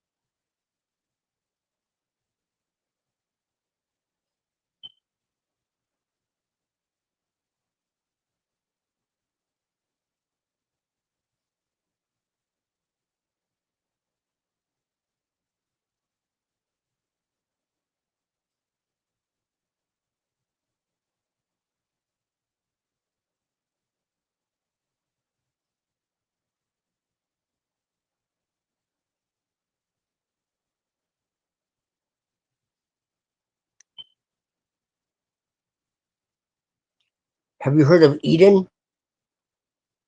Yeah, isn't that like sci-fi stuff? Yeah, it has an element of sci-fi. Yeah, that's that kind of stuff. I'm not interested in at the moment. Yeah, I know about it though, but I'm not presently interested in that kind of stuff. Personally, It's right now. pretty wild. Yeah, I can tell. Like I knew about it. It's very cyberpunky and augmentation stuff. Yeah, it's pretty grotesque and stuff. Right. Like, Well, I mean, yeah, it can be. Yeah. But there's a reason for it, though. It's not for nothing. Yeah. I mean, I'm not saying stuff like that is bad. Because Right. I've read and watched a lot of sci-fi stuff too. Have I told you I have like a bachelor's degree in neuroscience, a bachelor's degree in computer science, and a master's in robotic intelligence? Like, did you know I have like 3 degrees? Yeah, I remember you mentioning it. Yeah. No, it has a very Gnostic like spin. I mean, it's like not the type of Gnosticism I accept, but it's still interesting. Yeah, of course. Yeah.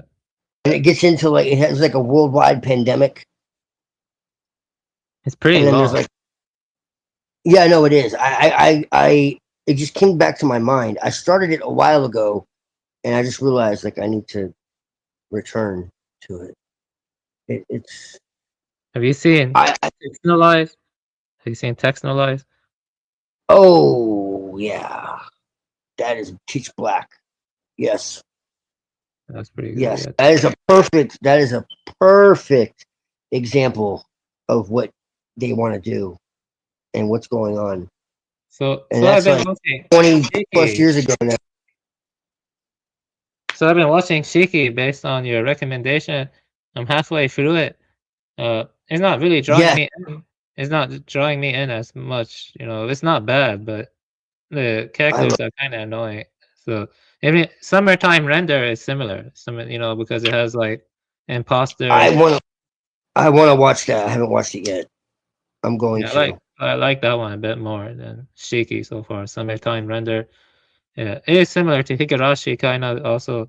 I like the local communal setting and the rural environment in Shiki a lot. But man, the characters are kind of slow, like they're kind of dense, like it's okay though.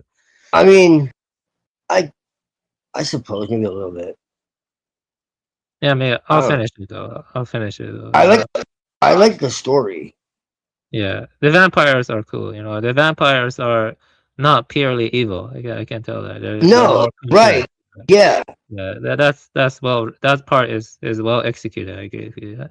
I can see that. Yeah. Yeah. I'll be back in 2 minutes. 2 minutes. I have to go use the bathroom.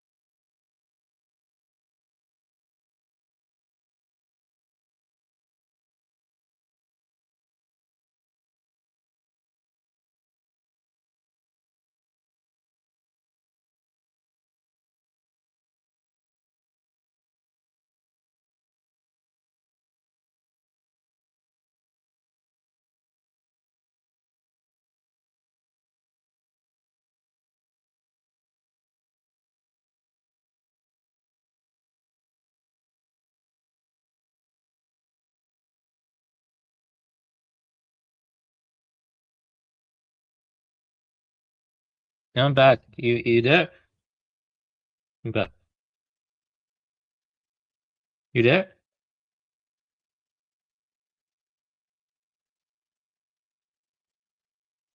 Or you went to sleep? Yeah. You there? Anyone there? I guess I'm the only one here.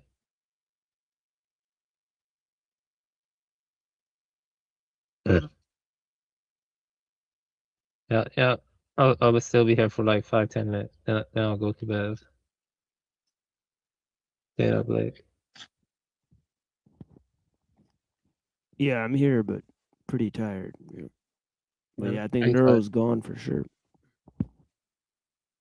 Yeah. Yeah. Yeah, I have a lot to read and stuff.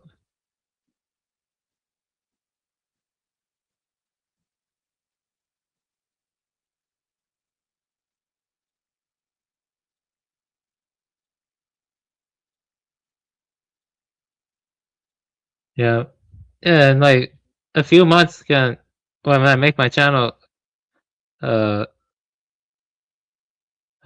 You think you can talk to Scribina on my channel?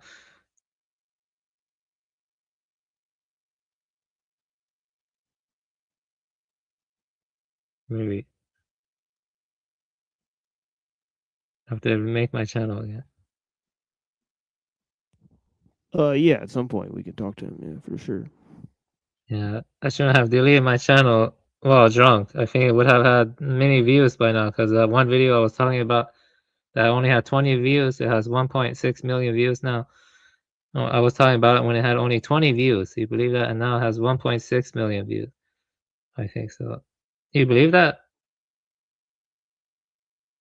It's about the Japanese birds, the Japanese tits, and their grammar and their language, and so the basic syntax. I was talking about that when it only had 20 views, and now it has 1.6 million views. And maybe I had bad karma or something. Yeah.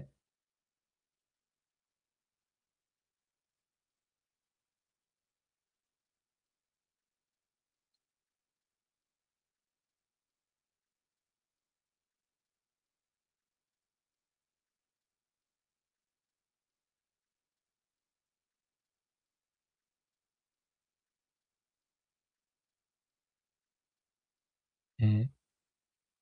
And had bad luck. Can't even get a job. It's okay.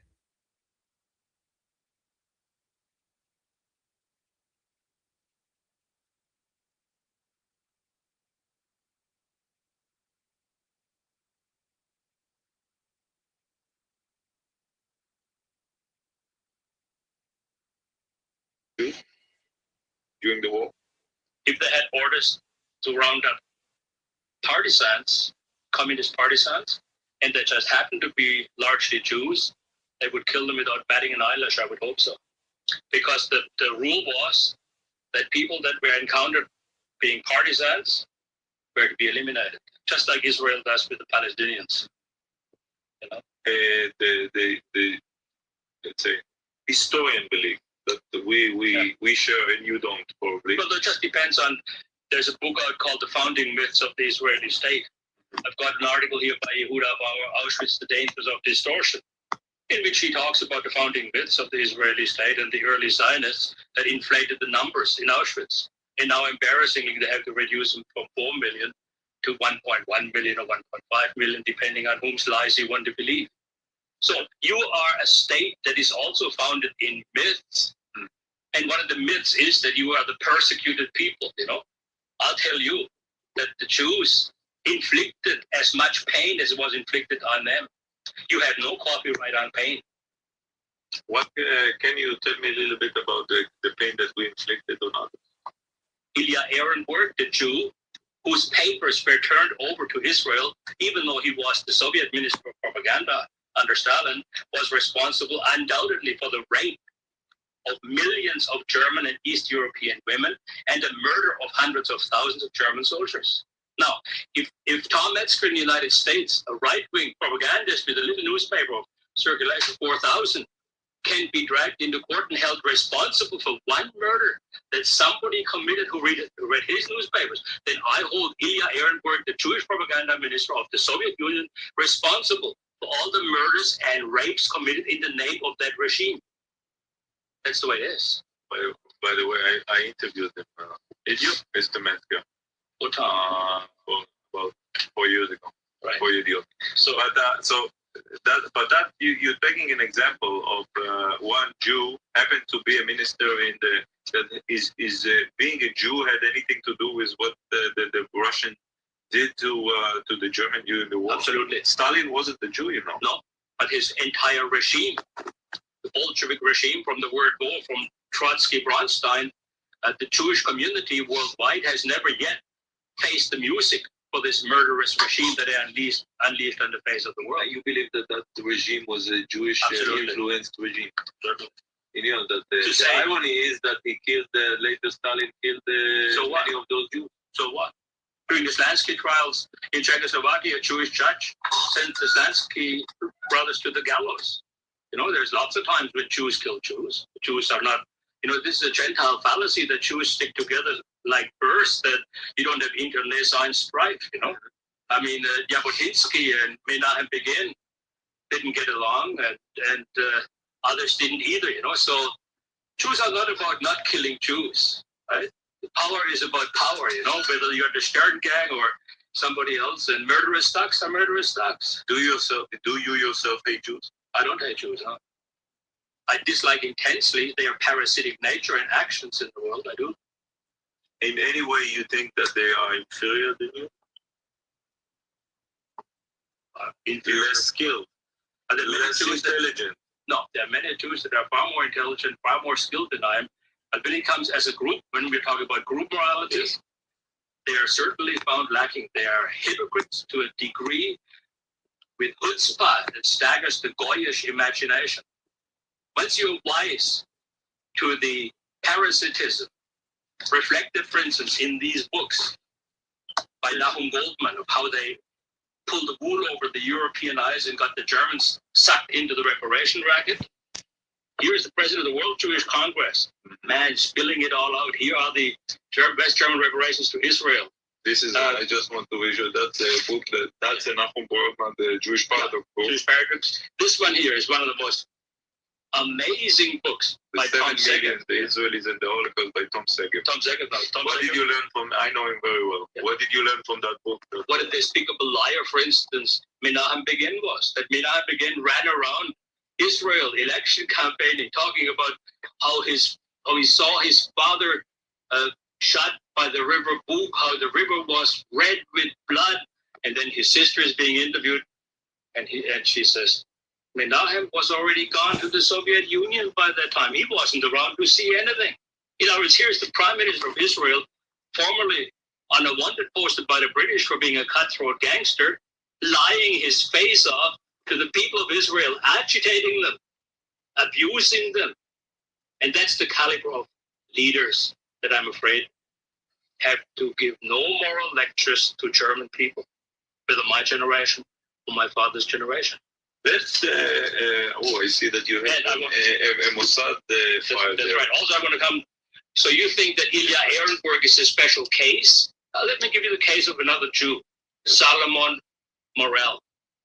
60 Minutes to the show on him. Now, John Sang is a Jew from New York. He wrote this book about this Jewish murderer in Poland that was in charge of a concentration camp after the war. Reporting in here how he would beat with table legs these Germans that were under his care to death because he says they killed my parents in Auschwitz. First of all, the jury is still out if they really did kill him. How the hell did we know? Did he know that? The fact is that here was a Jew who had power over Germans. The war wasn't even over when he began his work. And he committed this crime in Poland, in this little town where he did his evil deeds. There are over 540 death certificates that he issued himself for people that died in his camp, and he was there. Now, the West Germans know that he lives in Tel Aviv. 60 Minutes found him in his apartment in Tel Aviv. Here is the documentation by another Jew. Is there any extradition going on? Do those hypocrites from the B'nai B'rith that you just saw about war crimes talk about that case? Of course not. You see, this is the problem. That's why I say that the hypocrisy is the hallmark of the modern Jew. He talks out of both corners of his mouth that he wants to persecute Nazi war criminals to the end of time, but will not extradite or go after Jewish war criminals.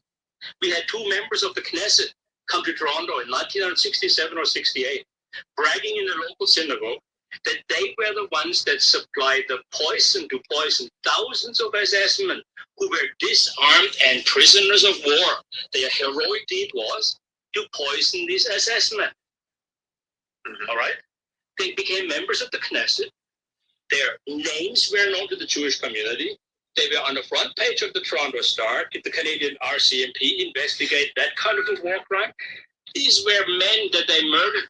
They appointed themselves judge, jury, and executioner. just to understand your point of view, that's why I wanted to come here. And let's talk about the history as you look at it. SS, for example, which you just mentioned, what or Germany as a whole, what is in your estimate? And then explain to me how did you get to it? How many Jews really died by German hand during the war? In your estimates, after you concluded what you concluded, what is the bottom line really? Okay, first of all, then let's reel back to the policy. You see, part of this Holocaust problem is that we always start by discussing what the Germans did to the Jews, why Hitler came. The analysis doesn't even go to the point why Hitler came. Why did Hitler convince the majority of Germans to vote for him and to be loyal to his regime? And why this phenomenon that when Germany was lying in ruins and smoldering, burned from end to end by this Allied genocidal bombing campaign, did the German population not turn on its leaders and hang them themselves? There's not a single instant where a German leader of the National Socialist Party, regardless of how bad the war went for them, was ever executed, shot from behind, taken to court, strung up in a village square. Absolutely nothing. It took the Allies 2 years to rig up their kangaroo court in Nuremberg to do these judicial murders. Now, nobody has ever analyzed why the German nation that had more Nobel Prize winners and more famous researchers and scientists and was one of the best educated countries in Europe turn on the Jews. Why did these good Germans turn on the Jews, who had more Jews living amongst them than even percentage-wise living in the United States today? Why was that? I'm sure Jews never asked themselves this question. I'm sure I get the answer from you now. Yeah, I can give you the answer. Please. Because they displayed the same voracious ethnocentrism, power grabbing, influence peddling, buying of politicians, dominating of the public airwaves and the public media in Germany and so on, that they display in the United States. And I'm not much of a prophet, but that much I can say based on history, that in the United States, mark my word, you will have Weimar conditions and you'll have solutions to the Weimar conditions. It'll be very similar to what happened in Germany. You mean the final solution will be repeated in the United States? Whatever the Holocaust war, you've got one in your future. Really? That's right. Why? Because how soon, by the way? How soon?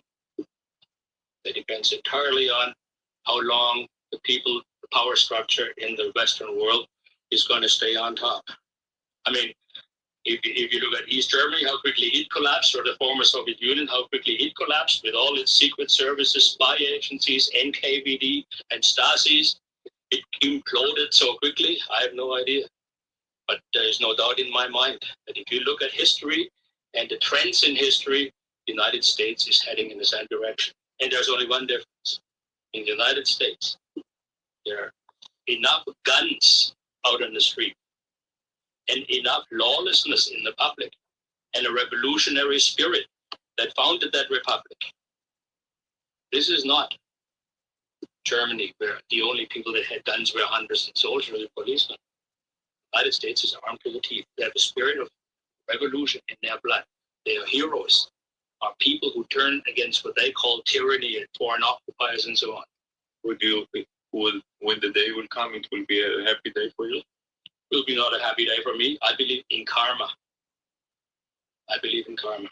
I behave every day knowing that my karma will catch up with me if I were to lie to you and sit here and mealy-mouthed tell you stories that in my heart are not true.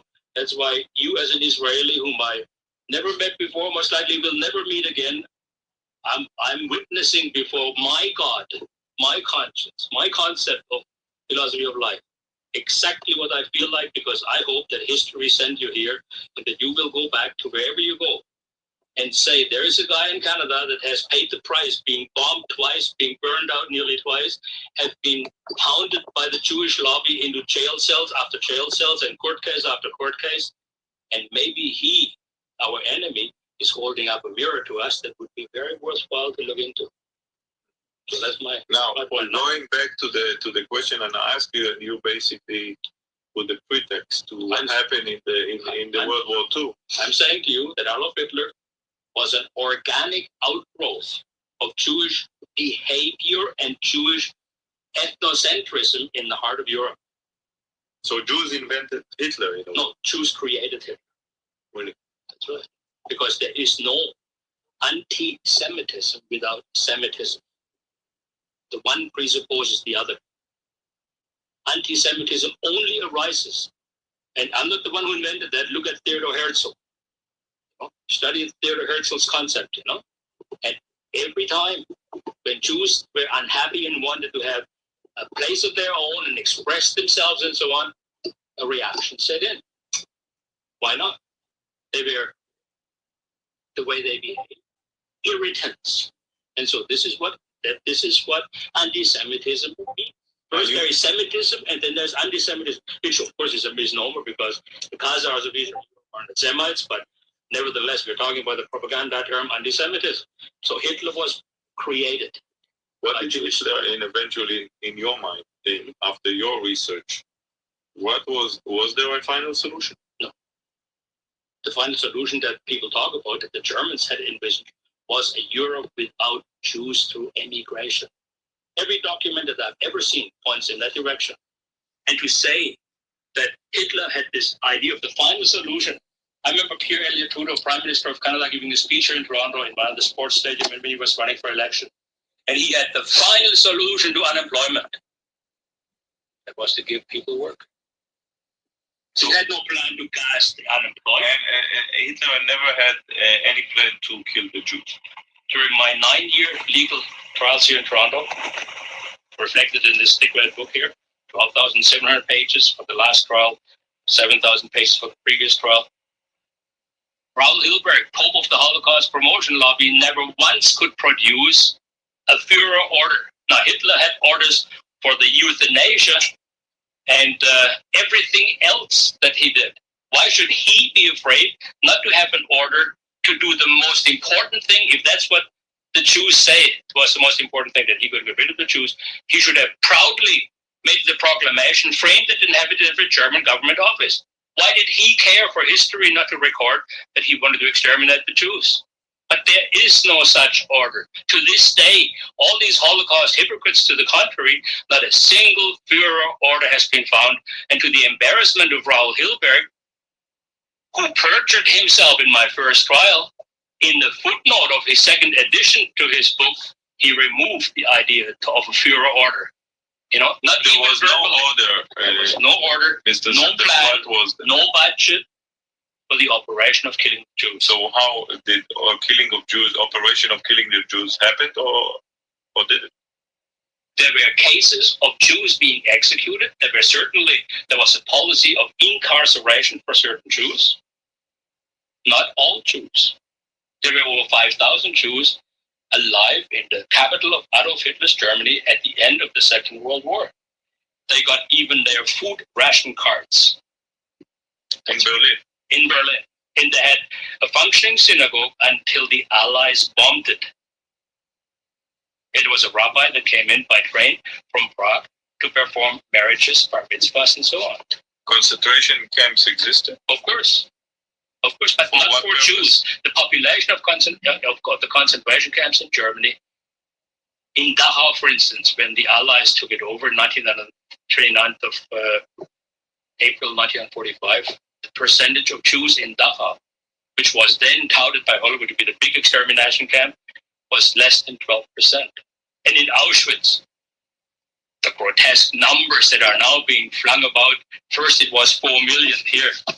Before my trial, 4 million people suffered and died here at the hands of the Nazi murderers between the years 1940 and 1945. And then comes my trial, where for 2 weeks we talked about numbers with Raoul Hilberg and the others.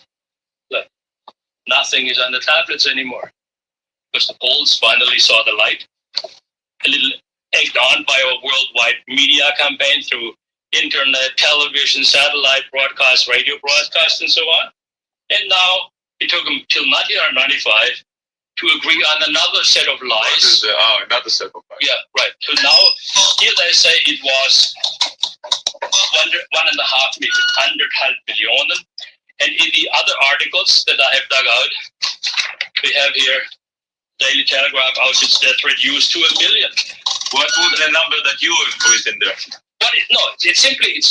I was a kid of 6 years old. I am saying to you, in the founding myths of the Israeli state, I'm saying to you, if I was a Jew of your age and younger, I'd be extremely careful what kind of history my elders passed on to me. Right.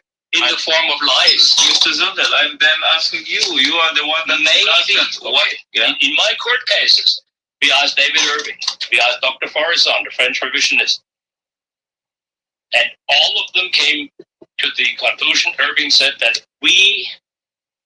fewer Jews died during the entire war than we British killed in one bombing raid on one German city in one night, namely Dresden. Dr. Forizon, do you accept that? Absolutely. So you are saying now that thousands of Jews, maybe? I am saying that died as an influence of the war. See, we have to be careful about died the influence of war, like illnesses and bombing raids, the illnesses in Theresienstadt, for instance. You take each one.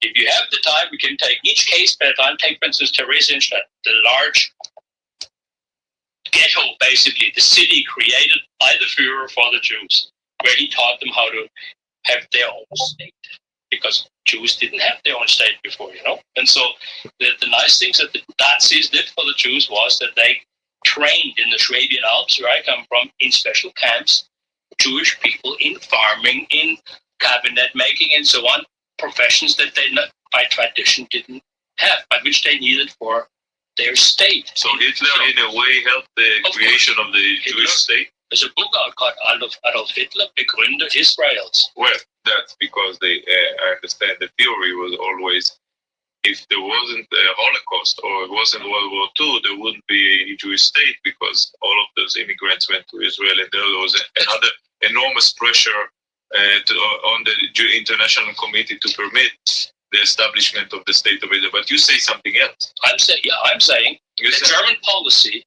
only made the Israeli state possible. And there's this. You are saying also that if Hitler would been alive, he would, for example, permit the existence of a Jewish state. Maybe not in Israel, but someplace else, because the Israelis historically, with 82% of the Israeli population not being Semites but being Khazars, converted to Judaism 800 years after Christ. So and later, there is a chance that Hitler would have recognized the Jewish state. Of course. It's the collaboration, as outlined in this book, The Transfer Period, by a Chicago Jew called Edwin Black, details the collaboration between Adolf Hitler's Germany and the early Zionists. The Zionist movement only got its tremendous influence and power in the Jewish community thanks to the role that they played in collaborating with Adolf Hitler. You are using to answer me at least the bottom line question about Auschwitz. You went to Theresienstadt, but just let's conclude Auschwitz. You have so much research about it, and you have files on file. What was the number that you concluded that is, we'll say, credible? How many Jews died at Auschwitz? Yes. Less than 20,000.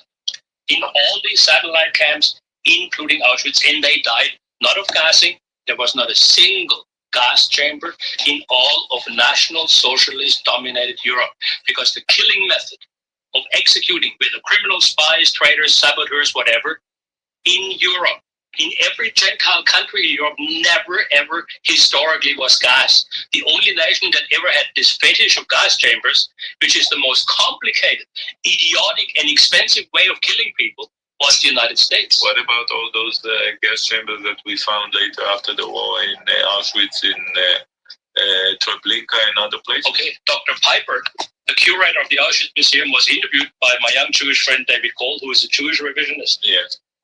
On tape, Dr. Piper admits that the facilities that they're showing there were reconstructed after the war by the Soviet Army and the Poles.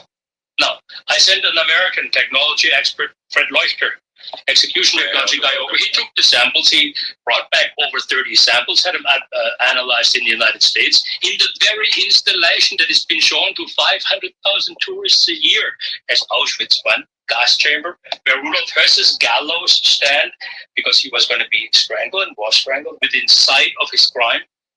Nothing took place in that so-called gas chamber amounting to killing. It was a bunker hospital, it was a crematory, but it was certainly not a gas chamber, because no traces, even to this day, exist. Do you believe there was no even a single Jew killed in gas chambers during the war? That's right.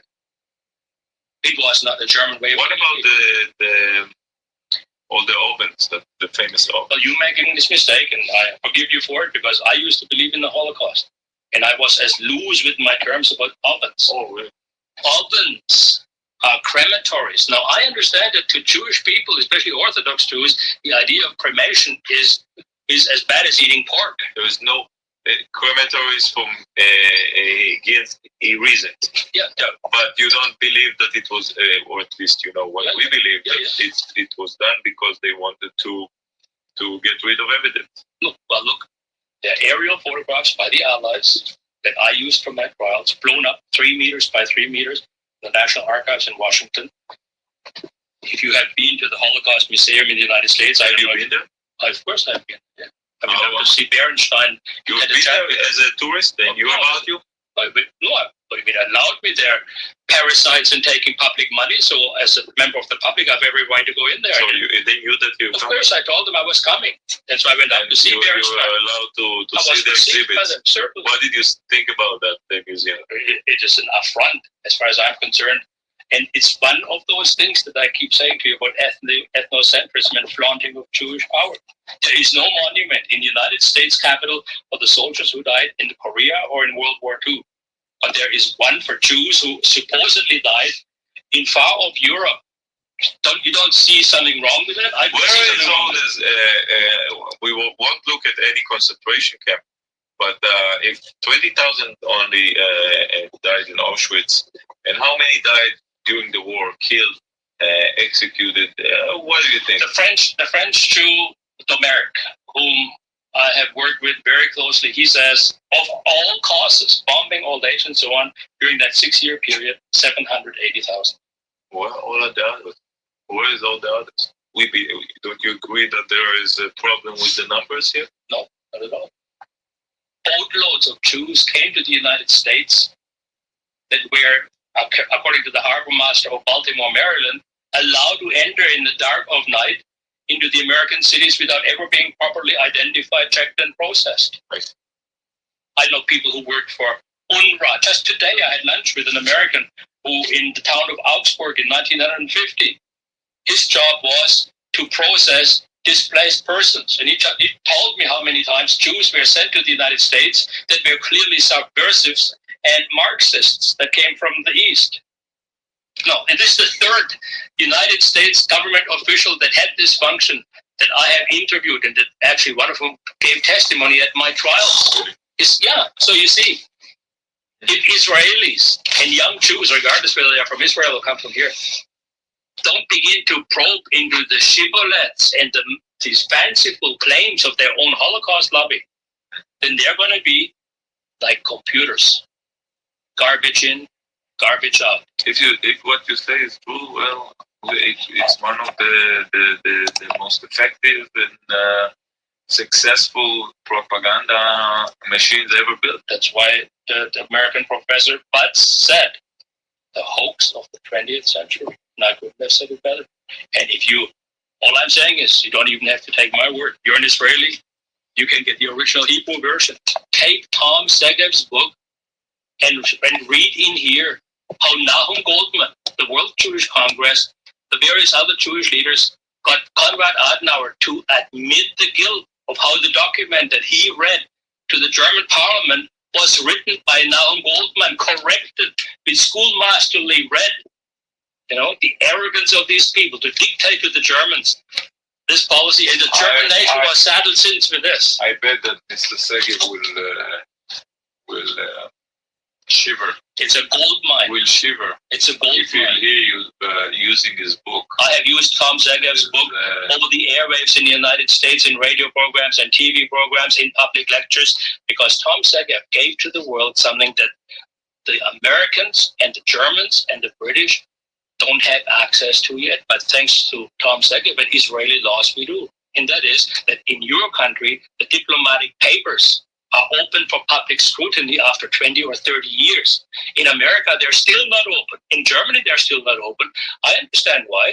Because the German government, they behave just like Judenready in the ghetto, except the other way around.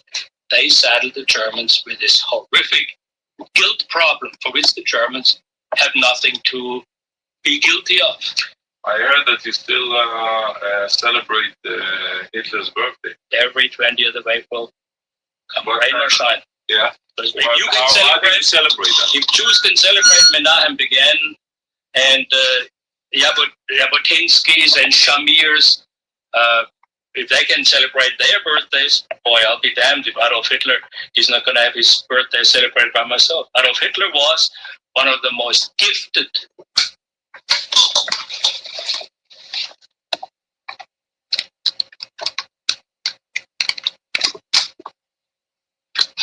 Yes. Most gifted. One of the most gifted and intelligent leaders. You have Ostrovsky on here. Yeah. Okay. So another good Jew, I'm sure. Of course, another good Jew.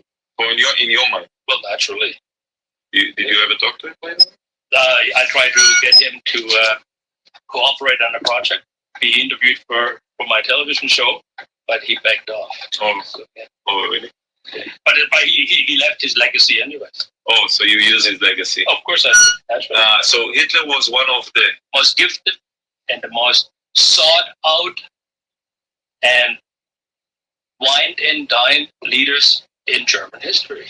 Kings and queens and dukes of Windsor and presidents and prime ministers came and went to see him.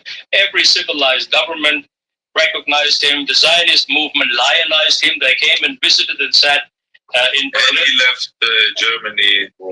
No, that's a misnomer, you see. Really? Of course. You dispute that Germany was in ruins in May 45? But thanks to Adolf Hitler. It was thanks to the murderous gang installed by people like Ehrenberg in the east and by Roosevelt in the west. Whatever.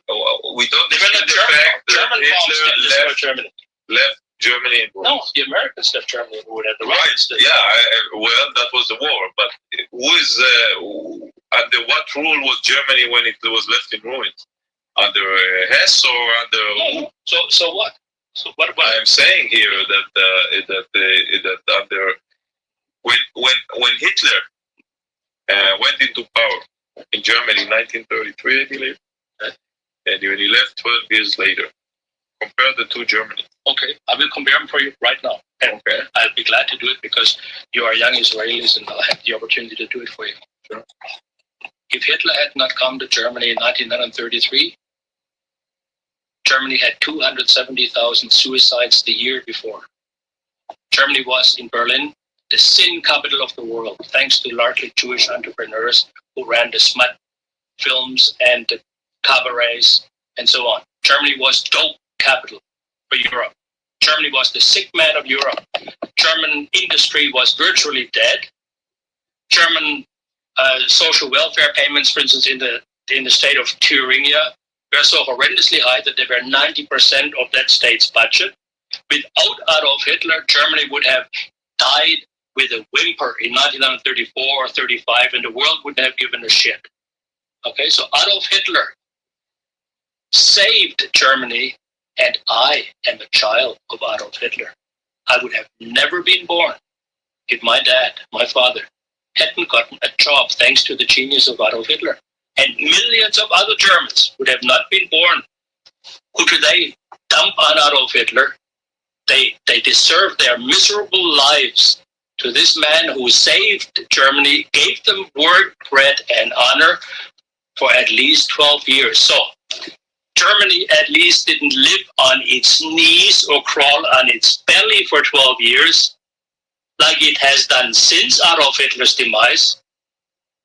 At least he gave the Germans 12 years of liberation and freedom. Now, you can immediately smirk and say, but what about all the concentration camps?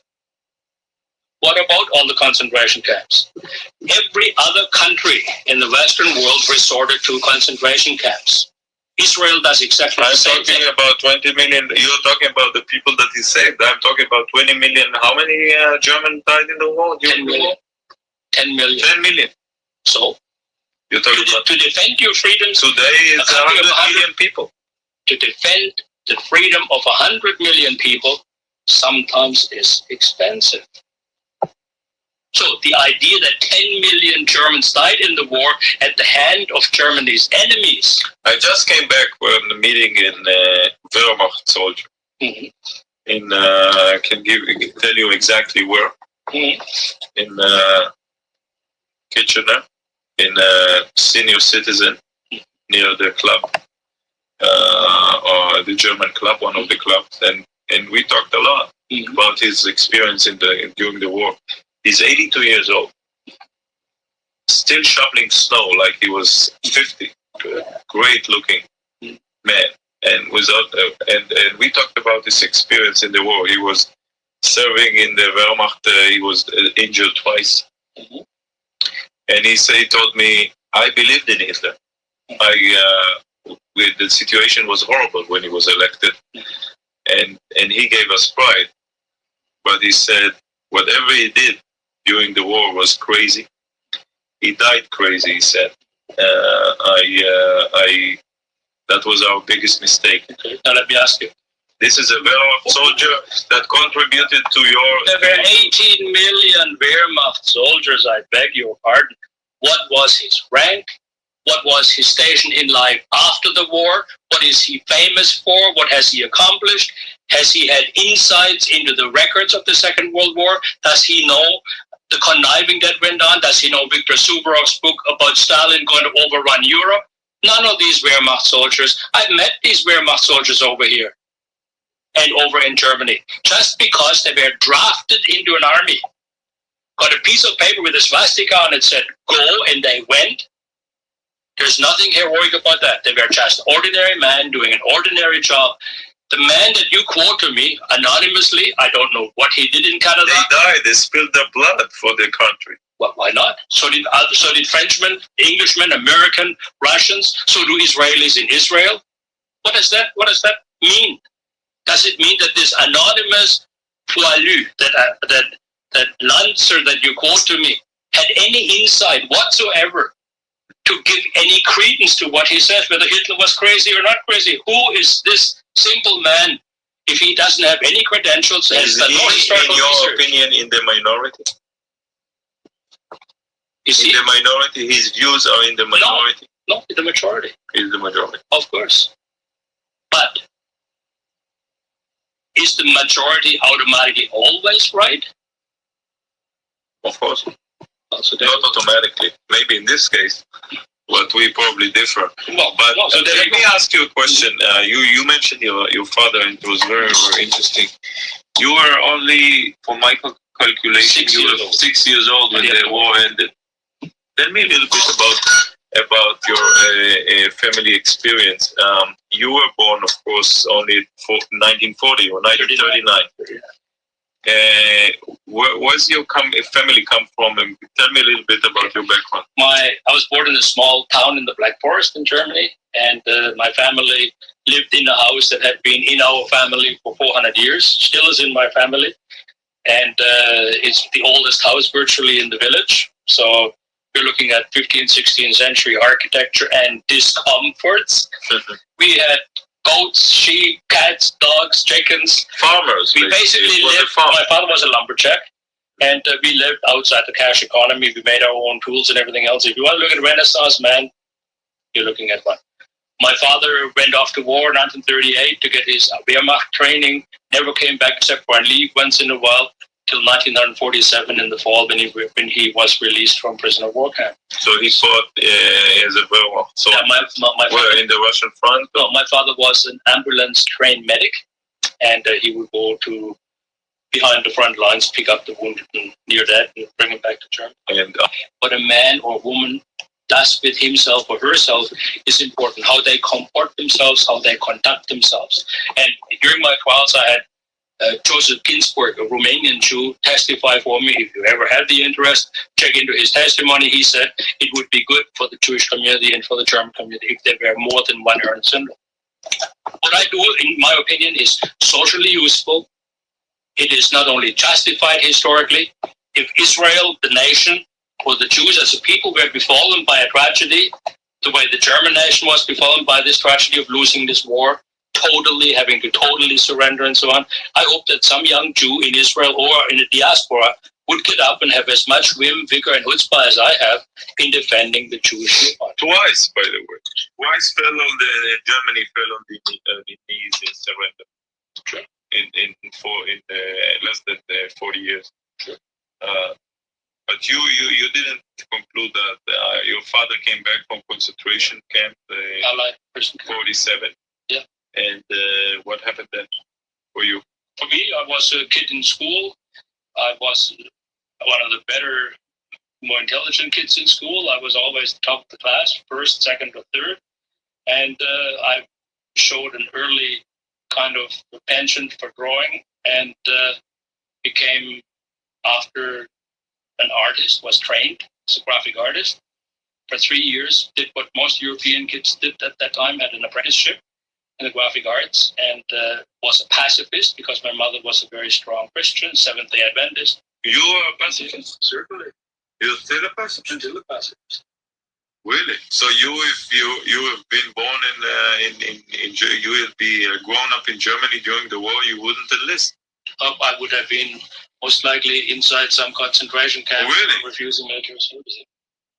So I certainly refused to serve in the German military after the war when I had a choice. I'd rather went out into the world, look, canvass all kinds of countries. So you admire this as you admire what the German did as an army. Mm-hmm. You probably admire some of the battles that they fought. Absolutely. But you wouldn't participate in any one of them. Right. It seems to be a contradiction in terms, but to me it is not. I am what I consider a militant pacifist. I go on demonstrations.